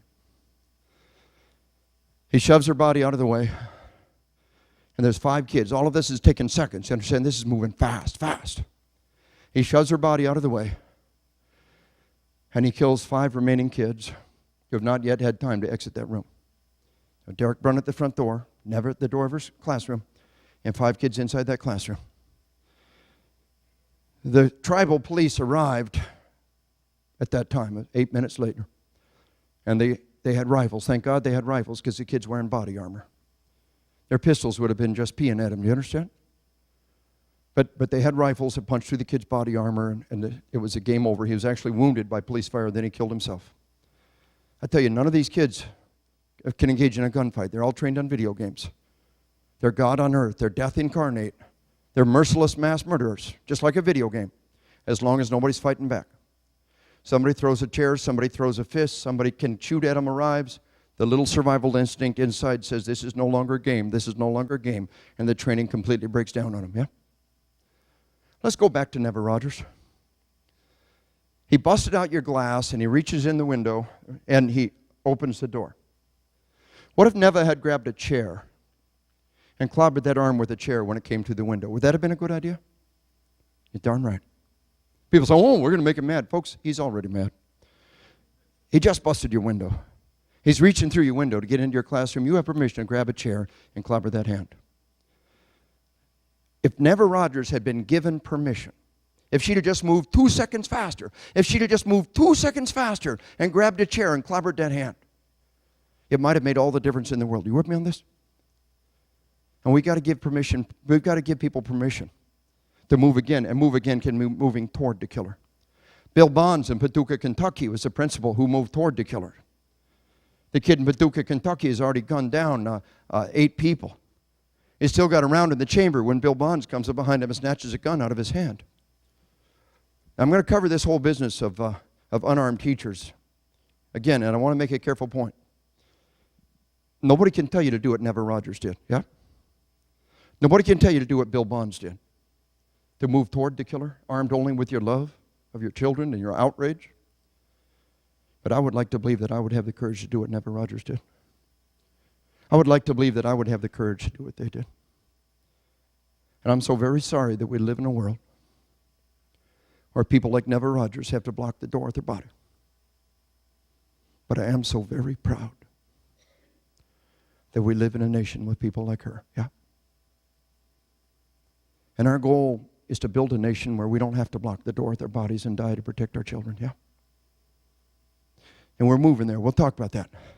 But the goal here is lockdown. It's a 3-step model. Move away from violence. Move to a pre-selected, secure, safe location. Move to a safe place.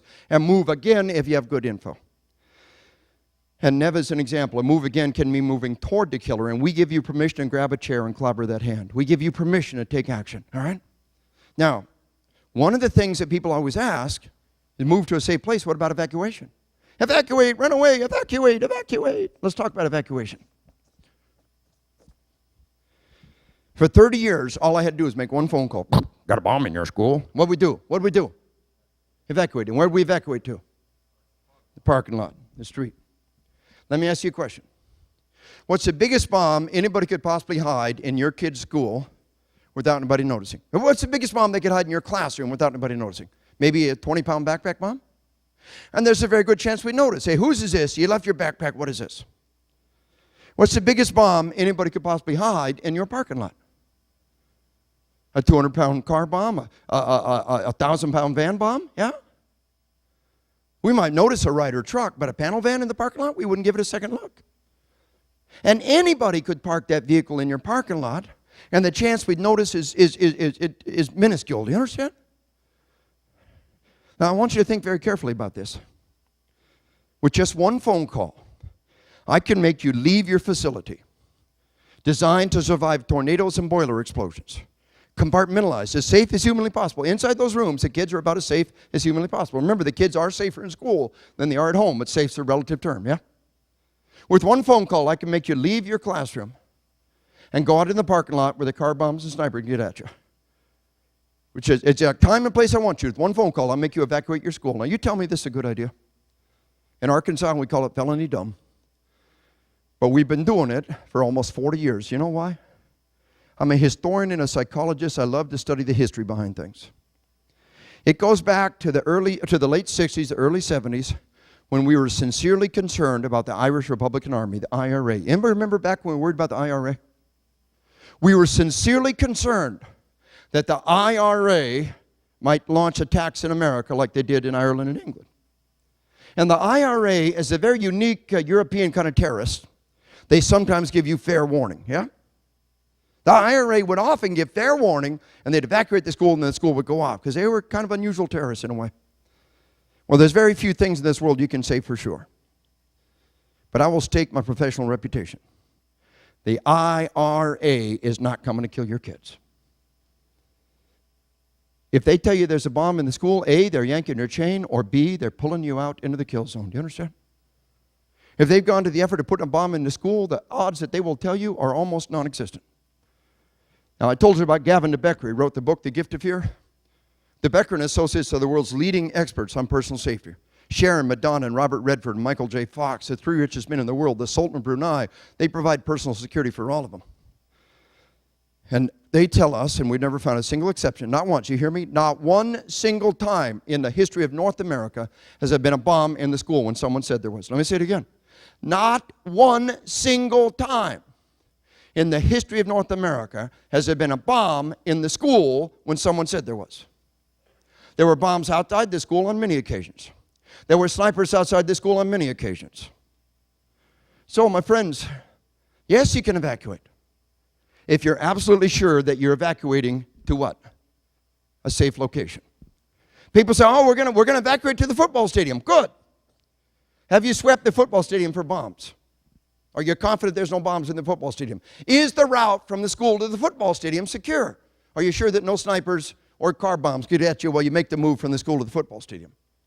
Yes, you can move if you're absolutely confident you're moving to a safe location. All right, one last thing on this lockdown business. Ideally, we want to shut and lock the classroom door, right? But a lot of schools have got what we call an open architecture school. A lot of schools, you can't lock the door. The walls are just flimsy partitions. What do we do now? Well, we're trapped on the horns of a dilemma. What we've got to do is choose the lesser of evils. If we got a school where we can't secure the kids, we've got to choose the lesser of evils. And this was really pioneered in Chicago. They had many, many cases in Chicago that the schools were like this.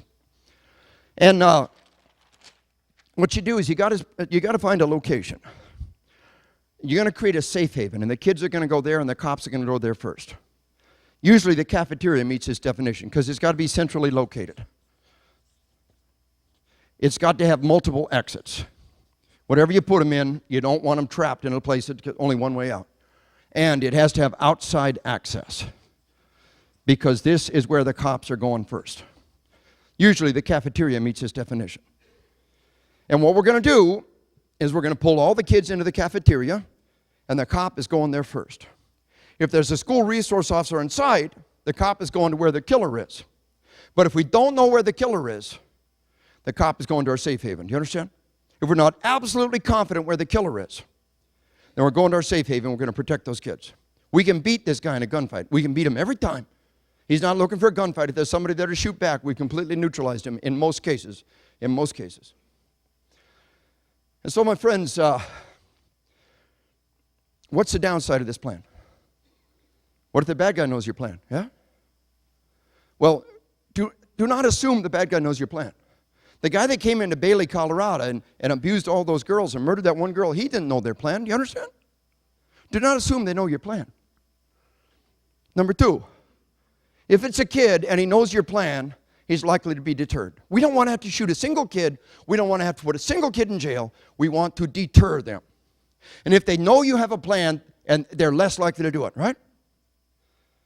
Number three, worst case scenario. They know your plan and they're not deterred. What's the alternative? The alternative is to not have a plan. The alternative is play helter-skelter, hunt and seek throughout that school without a plan. So we've done the best we can. We create a safe haven. The cops go there. The kids go there first. Then the first batch of cops go down this hallway. The next batch of cops go down that hallway. The next batch of cops go to that hallway. And we've got a secure location. And if you can make it to that location, you know you're going to be safe, all right? Now, again, ideally, we want to lock down the classrooms first. But if that's not an option, here's plan B. All right, now, simple three-step model. Move away from violence. Move to a safe location. Move again if you have good info. Stop, drop, and roll. Stop the bleeding, clear the airway, treat for shock. Simple three-step model. The entire state of Colorado started doing lockdown drills after 9/11. How much money did it cost the entire state of Colorado to do lockdown drills? How much money? Zero. It did not cost one nickel, not one thin dime, for every school in Colorado to start doing lockdown drills. Oh, it cost them 12 dead kids and one dead teacher. It cost them one of the largest schools in Colorado shut down for most of a year. It cost them millions in dollars in liability. But it didn't cost them a nickel to do the one thing that could have prevented this tragedy. So, my friends, we need to start doing lockdown drills. We need to make it the law. We need to enforce the law. I trained a state educators conference in New Jersey a while back. They told me that year 2 principals have been fired. I mean, flat, get out of here, you're fired, you'll never work in the field of education administration again for failure to do fire drills. If we can be that mean and ugly to the one that doesn't do fire drills, how much more mean and ugly should we be to the one that doesn't do lockdown drills, yeah? So I tell my cops, you be like the fire marshal. You make it the law, and you put a finger in their face, you enforce the law. But cops, while you got one finger in their face, I want you to look at the 3 fingers pointing back at you. Because there are things we can do that cost nothing. Do you understand me? There are simple, straightforward things we can do that cost nothing. Now, I go in more detail on this. When I train my SWAT teams, I train my TAC teams, I go in more detail on this. Just real quick and dirty so everybody knows the 3 fingers pointed back at you that cost nothing. The first one simply says this: carry off duty. Now, folks, good people can disagree on civilian carry. But can we all agree that cops have got to be trusted with the life-saving tools of their profession? We trust them on duty, we trust them off duty, yeah? And folks, if every cop in America carries a gun off duty, we quadruple our coverage and it costs us nothing. You hear me? Every cop in America carries a gun off duty. It quadruples our coverage and it costs us nothing. I'm talking in the churches. If you got a cop in your church, you ask them if they're carrying in church. If they're not, you ask them to do it. And you shake their hand and you thank them for doing it. Because Missouri knows that people can come to the church and kill people. We just learned that last week, yeah? And if you got a cop, nobody, you won't know it's there. It's in an ankle holster or under the belt somewhere. You'll never know it's there. But by golly, when we need it, it'll be there, yeah? And if they're coming to the school, if they're coming to the mall, if they're coming to the theater, if they're coming to the church, you pray. You pray there will be somebody there to shoot back, yeah? One man, one woman behind cover bringing effective fire can keep a whole company scrambling for 5 minutes. Anybody with a military background, you know what I'm talking about. One man, one woman behind cover bringing effective fire can keep a whole company scrambling for 5 minutes. And 5 minutes later, there'll be 10 of your friends there. And 5 minutes later, there'll be 20 of your friends there. Another 5 minutes, there'll be 30 of your friends there, and it will be over. But you got to buy us those first 5 minutes, yeah? Congress passed the law 2 years ago authorizing every cop in America to carry concealed from sea to shining sea. The cop from Toadsuck, Arkansas. Yes, we really have a Toadsuck. The cop from Toadsuck, Arkansas is authorized to carry concealed in Springfield and San Francisco and New York. Huh? And the cop from Springfield and San Francisco and New York are authorized to carry concealed in Toadsuck, and the world's a better place for it. Yeah? We used to play a bunch of provincial games. We used to play a bunch of pissant games. Your badge don't work in our town, boy. Don't want you carrying, you got in our state, boy. Well, those provincial games are over.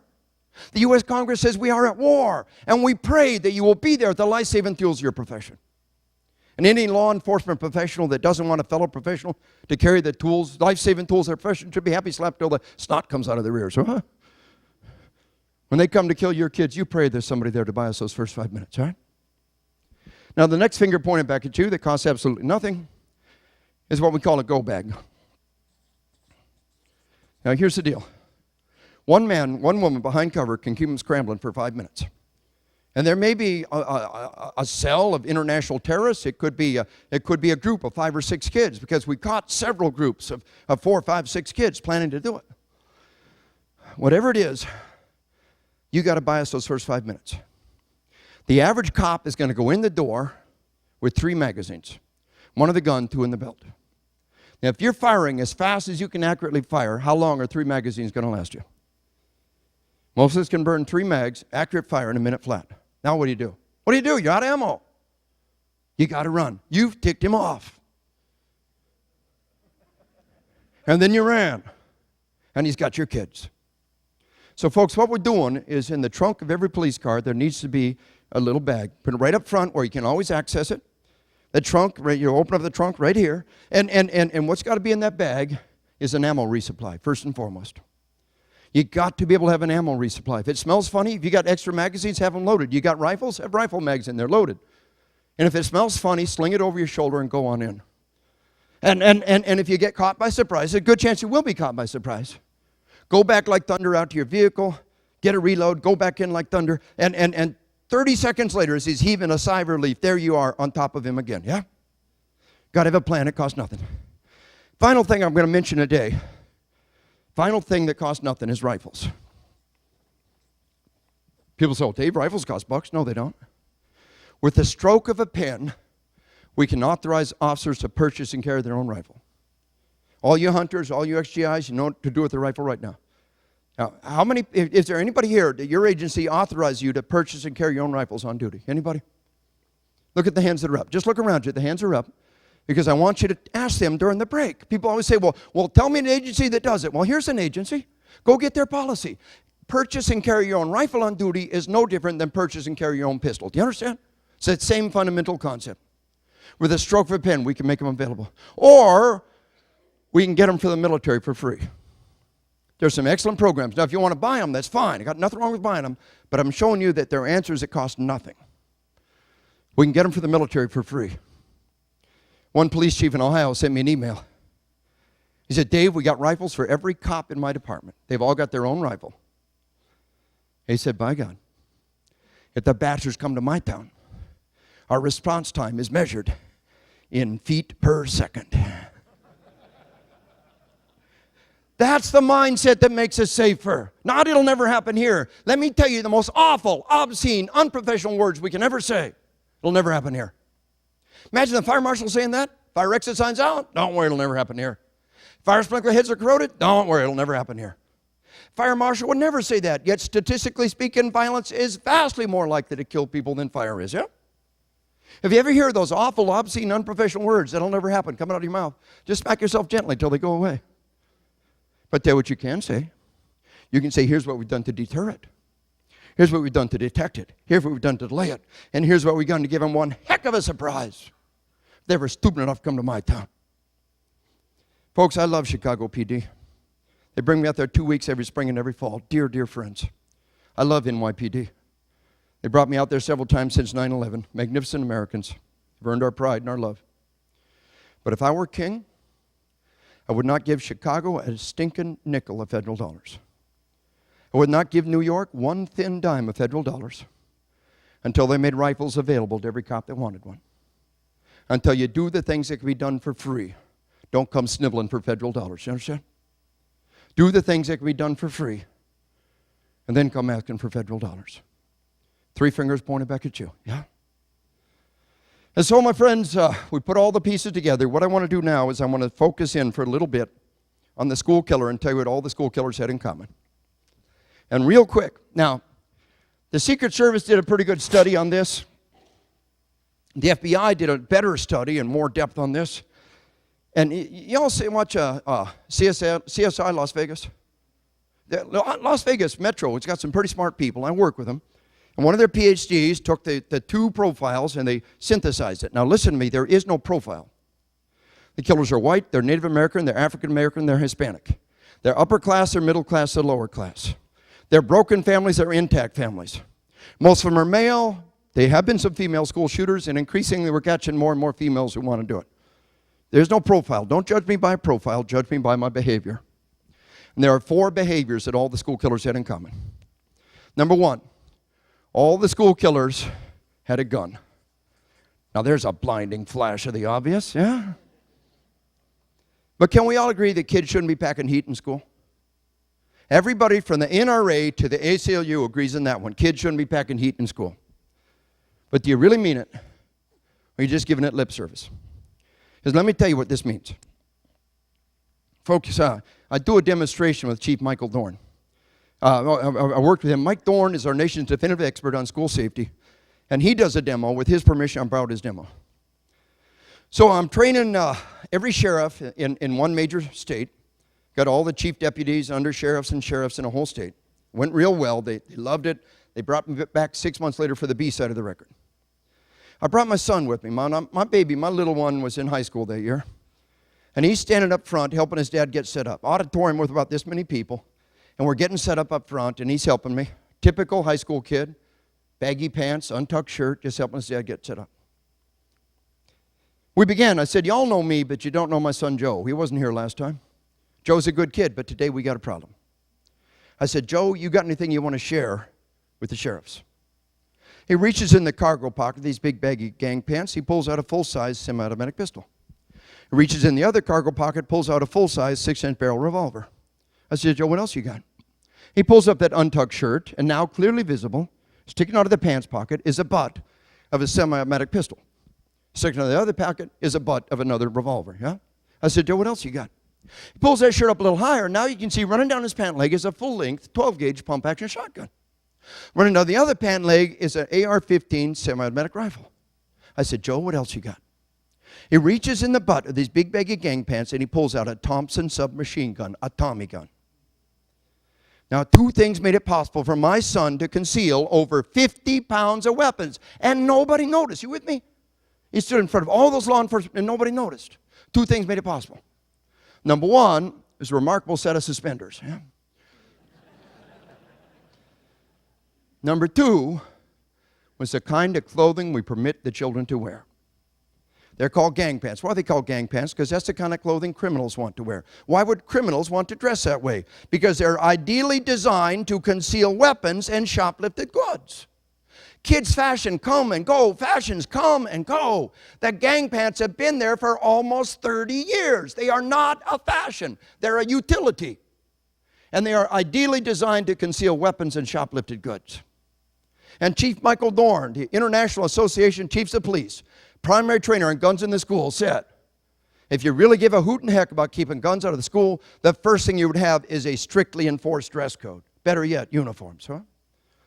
Now, folks, I can hide a little gun anywhere, yeah? I can hide a little gun anywhere. But these kids are coming to school with serious guns, they're doing serious killing, and you got to create an environment in which it becomes possible. And one of the most important actions you can do, costs absolutely nothing, is a strictly enforced dress code. If the fashion statement was to wear gasoline-soaked clothing and carry matches around, you think the fire marshal might have something to say about it?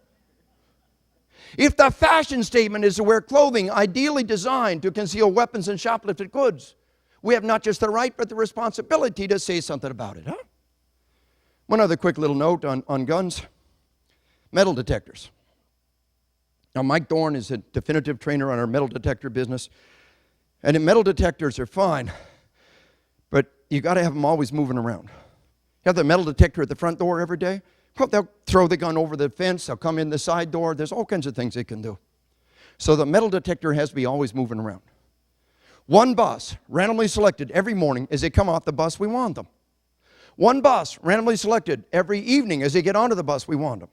One classroom, select the hour, select the classroom randomly. As they come out of the classroom, they go through the metal detector, yeah?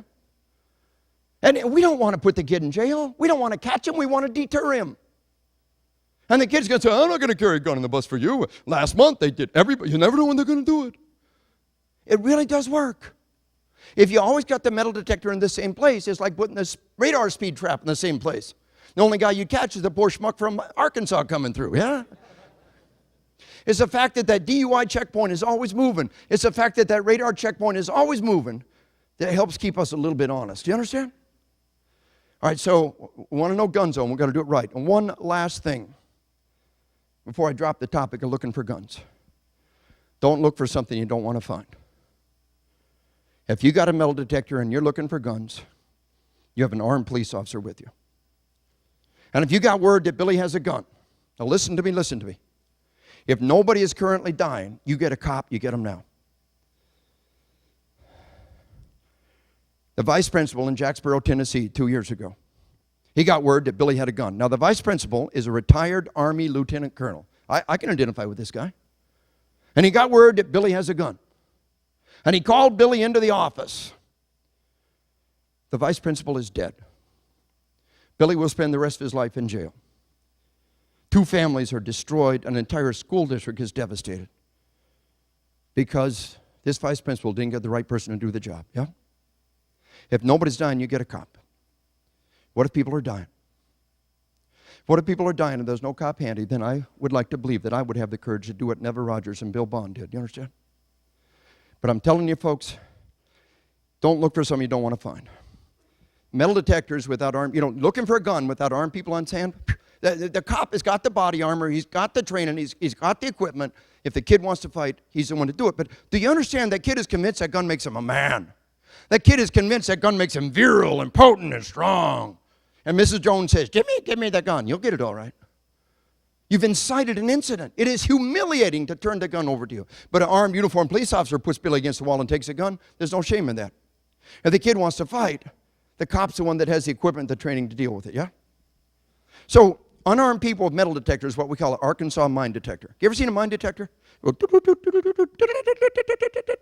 you probe and you get the mine out. Yeah. Arkansas mine detector works like this.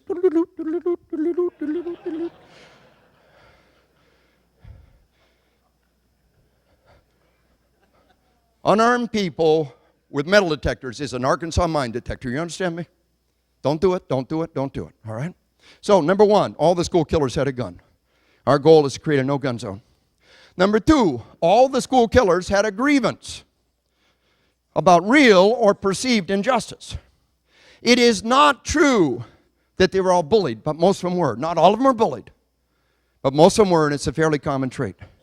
Can we all agree that if we can reduce bullying, that we can reduce the antecedents of violence? Can we agree that we want to create a no-bully zone, and if we create a no-bully zone, we can bring the violence down? Huh?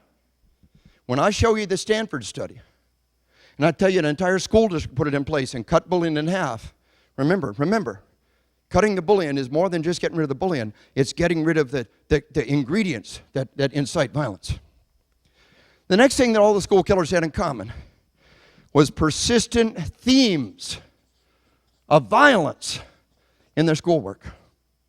Persistent themes of violence. Now, here's the thing. The final step they all have, because these two work together, is an obsession with media violence. Dr. Jim McGee is the FBI consultant who's done the definitive study, and he tells us all the school killers had an obsession with media violence. Let me tell you what the school killers do not do. We're gonna have address number 4 for a minute.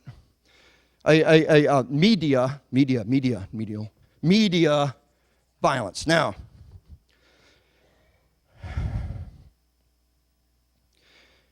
Dr. Jim McGee is the FBI consultant who's done a definitive study of 19 of the most horrendous juvenile mass murders we've ever seen. Now, juvenile mass murders in the schools had never happened before in history. Now they're everywhere, and we got an in-depth study in 19. Let me tell you what the school killers don't do. None of the school killers are in varsity sports. Someday we'll find some kid in varsity sports who sincerely wants to kill everybody, but so far there hasn't been one. None of the school killers are in student body government.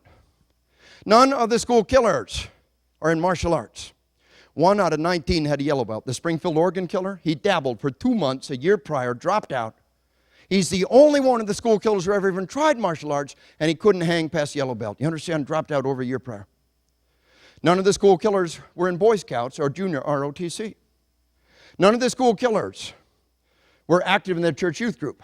None of the school killers were paintball players or hunters or competitive shooters. None of the school killers would willingly participate in any structured, disciplined, adult-led behavior, with one small exception. 3 out of 19 were in band. Now, I'm not taking a cheap shot at band here. I got 3 boys. They all took band. Band is good. But we made our boys take band. Do you hear me? We made them take it. As soon as we stopped making them do it, they dropped it like a hot rock. Do you understand? The point is, and the fundamental fact remains, none of the school killers would willingly take any structured, disciplined, adult-led activity. So what did all the school killers do with every free moment of every day? Violent video games. Television, movies, and video games. They immerse themselves in the culture of violence. They immerse themselves in this culture of violence. More on that later on. But folks, I tell you, I was on the prosecution team in the McVeigh case. Prior to his crime, you could not have spent a day with Timothy McVeigh without him telling you how wrong America was, how much he hated America. He's got to tell you, it's a deeply held belief. You could not have spent time with the 9/11 hijackers without them telling you how wrong they thought America was and how evil America was. These are deeply held beliefs. The 9/11 hijackers, Timothy McVeigh, will tell anybody who asks. And these kids have immersed themselves in the world of violence. They think violence is cool. They think violence is neat. And they will reflect that in their schoolwork. And the Secret Service says, if you have persistent themes of violence in their schoolwork and you do not take decisive action, you've given the, quote, permission to proceed. You see, a criminal act like this, a violent act, has 4 stages. The first stage is simply think about it. They think, they daydream, they plan. The next stage is when they begin to prepare. They'll make hit lists. They'll make maps. They'll go online. They'll get how to make bombs, right? Prepare. The next step is when they actually begin to collect the bombs. They actually begin to act. They're building bombs. They're getting weapons. They're getting ammunition. The final step, when they walk on the premises and they begin to execute their attack. Now, there are 4 stages here. We can catch them when they come into the school, but we'd prefer to stop them way back here, yeah? And if there's persistent themes of violence in their schoolwork, they're in stage 1. And the Secret Service says if you pat them on the head and say, oh, isn't that cute, you give them, quote, permission to proceed to the next stage, yeah? I want to give you a couple of case studies. One's down in Mississippi. I was training a school district there. Y'all know I'm from Arkansas. You know what the Arkansas state motto is? Well, at least we're better than Mississippi, yeah? I'm training a school district down in Mississippi. The sheriff gives me a classic example. They had a boy who turned in a school essay about a kid who poisoned everybody in his family. Little boy turned in an essay about, this little boy got the poison from the cyanide from the school laboratory, how he poisoned the whole family, how it would feel, intimate detail, turn it in for a grade. What did the teacher do? Give him a grade, give him a good grade. Very creative. Shortly thereafter, what did that boy do? He stole cyanide from the school laboratory, just like he said he would. He poisoned his family, mom and dad, brothers and sisters. Now, for a couple of days, that teacher had the family's life in her hands. She let him go. Now, I want you to stop and think for a minute. Just think. What if a kid turned in a paper filled with suicidal ideation about a little boy who commits suicide, how sorry everybody came? We're going to let that one go? What if he turns in a paper about sexual ideation about a little boy who has sex with everyone in his family, intimate detail on sexual relationship with the whole family? Going to let that one go? No, even in Arkansas, we frown on that. Yeah. So what is a sick message in our society? Suicidal ideation by kids is out. Sexual ideation by kids is out. Homicidal ideation gets an A. No, it does not. No, it does not. Now, as soon as you confront the kid on any of these actions, they'll say, I'm just kidding. Now, what should we have done in this case? I'll tell you, what we should have done was taken a copy of the paper and sent it to the parents. And sent it to the principal, and the principal ought to check, oh, by the way, the lab, are we properly securing the cyanide? Yeah, because this kid says he can get access to it. Yeah. But you get that paper to the parents, and what's the kid going to say? They look at this sick thing. What's the kid going to say? I'm just joking. I'm just messing around. They're just joking. If you stop them the second before they pull the trigger, they say, I'm just joking. Well, they ain't funny, and we ain't laughing. You see, what we got to have is what I call a no humor zone. You go through the security checkpoint at the airport, you make a joke about a gun or a bomb, what's going to happen? You're going to miss your flight, yeah? Because them boys, they got no sense of humor, yeah? If we want our schools to be safe as our airport, we got to have the same attitude. It ain't funny, we ain't laughing. One more case study. Columbine High School, Littleton, Colorado. 2 students have an assignment to shoot a videotape. They videotape themselves going through school with toy guns and black trench coats gunning down their fellow students. They turn it in for grade. What's the teacher do? Smart teacher, good teacher. Teacher brought it to the principal. Jonesboro, Pearl, Paducah, Springfield are bubbling in the teacher's mind. Brings this sick videotape to the principal. What's the principal do? Nothing. Don't worry about it. Give him a grade. Shortly thereafter, what do those 2 boys do? The all-time record juvenile mass murder in human history. Not only did the school give them permission to proceed, they let them do a dress rehearsal on site. Today, that school has been sued. They've been successfully sued. They are financially, professionally destroyed. That principal is a financially, professionally destroyed human being. Do you understand? They've been sued. They've been successfully sued. And when I start talking about things like, the kids have persistent themes of violence in their schoolwork, don't get goofy about it. If they want to draw a picture of their brother in Iraq, just be reasonable. But if they're drawing pictures of people shooting teachers, time out, time out, time out, yeah? Or if they're drawing essays, time out, time out, time out. And the minimum we can do is give the kid an F on a paper. The one thing a teacher always has the right to do is give an F, say, this is sick, you got to rewrite this. And then send a copy up to the principal to go to the parents or whatever you want to do. Do you understand? But the point I want to make to you is, a lot of times when people talk about this, they say, we're going to get sued. They say, well, this guy, a kid wrote this paper, and we say he can't write about violence. We're going to get sued. We don't enforce the dress code. We're going to get sued. Don't be afraid of being sued. Be afraid of being successfully sued. Be very afraid of having children die. Be afraid of being so negligent, so irresponsible that children die. Now, folks, I was in California teaching a whole school district. California is lawsuit central. Do you understand? And it was Marin County, California, just north of San Francisco. And I made that statement. Don't be afraid of being sued. Be afraid of being successfully sued.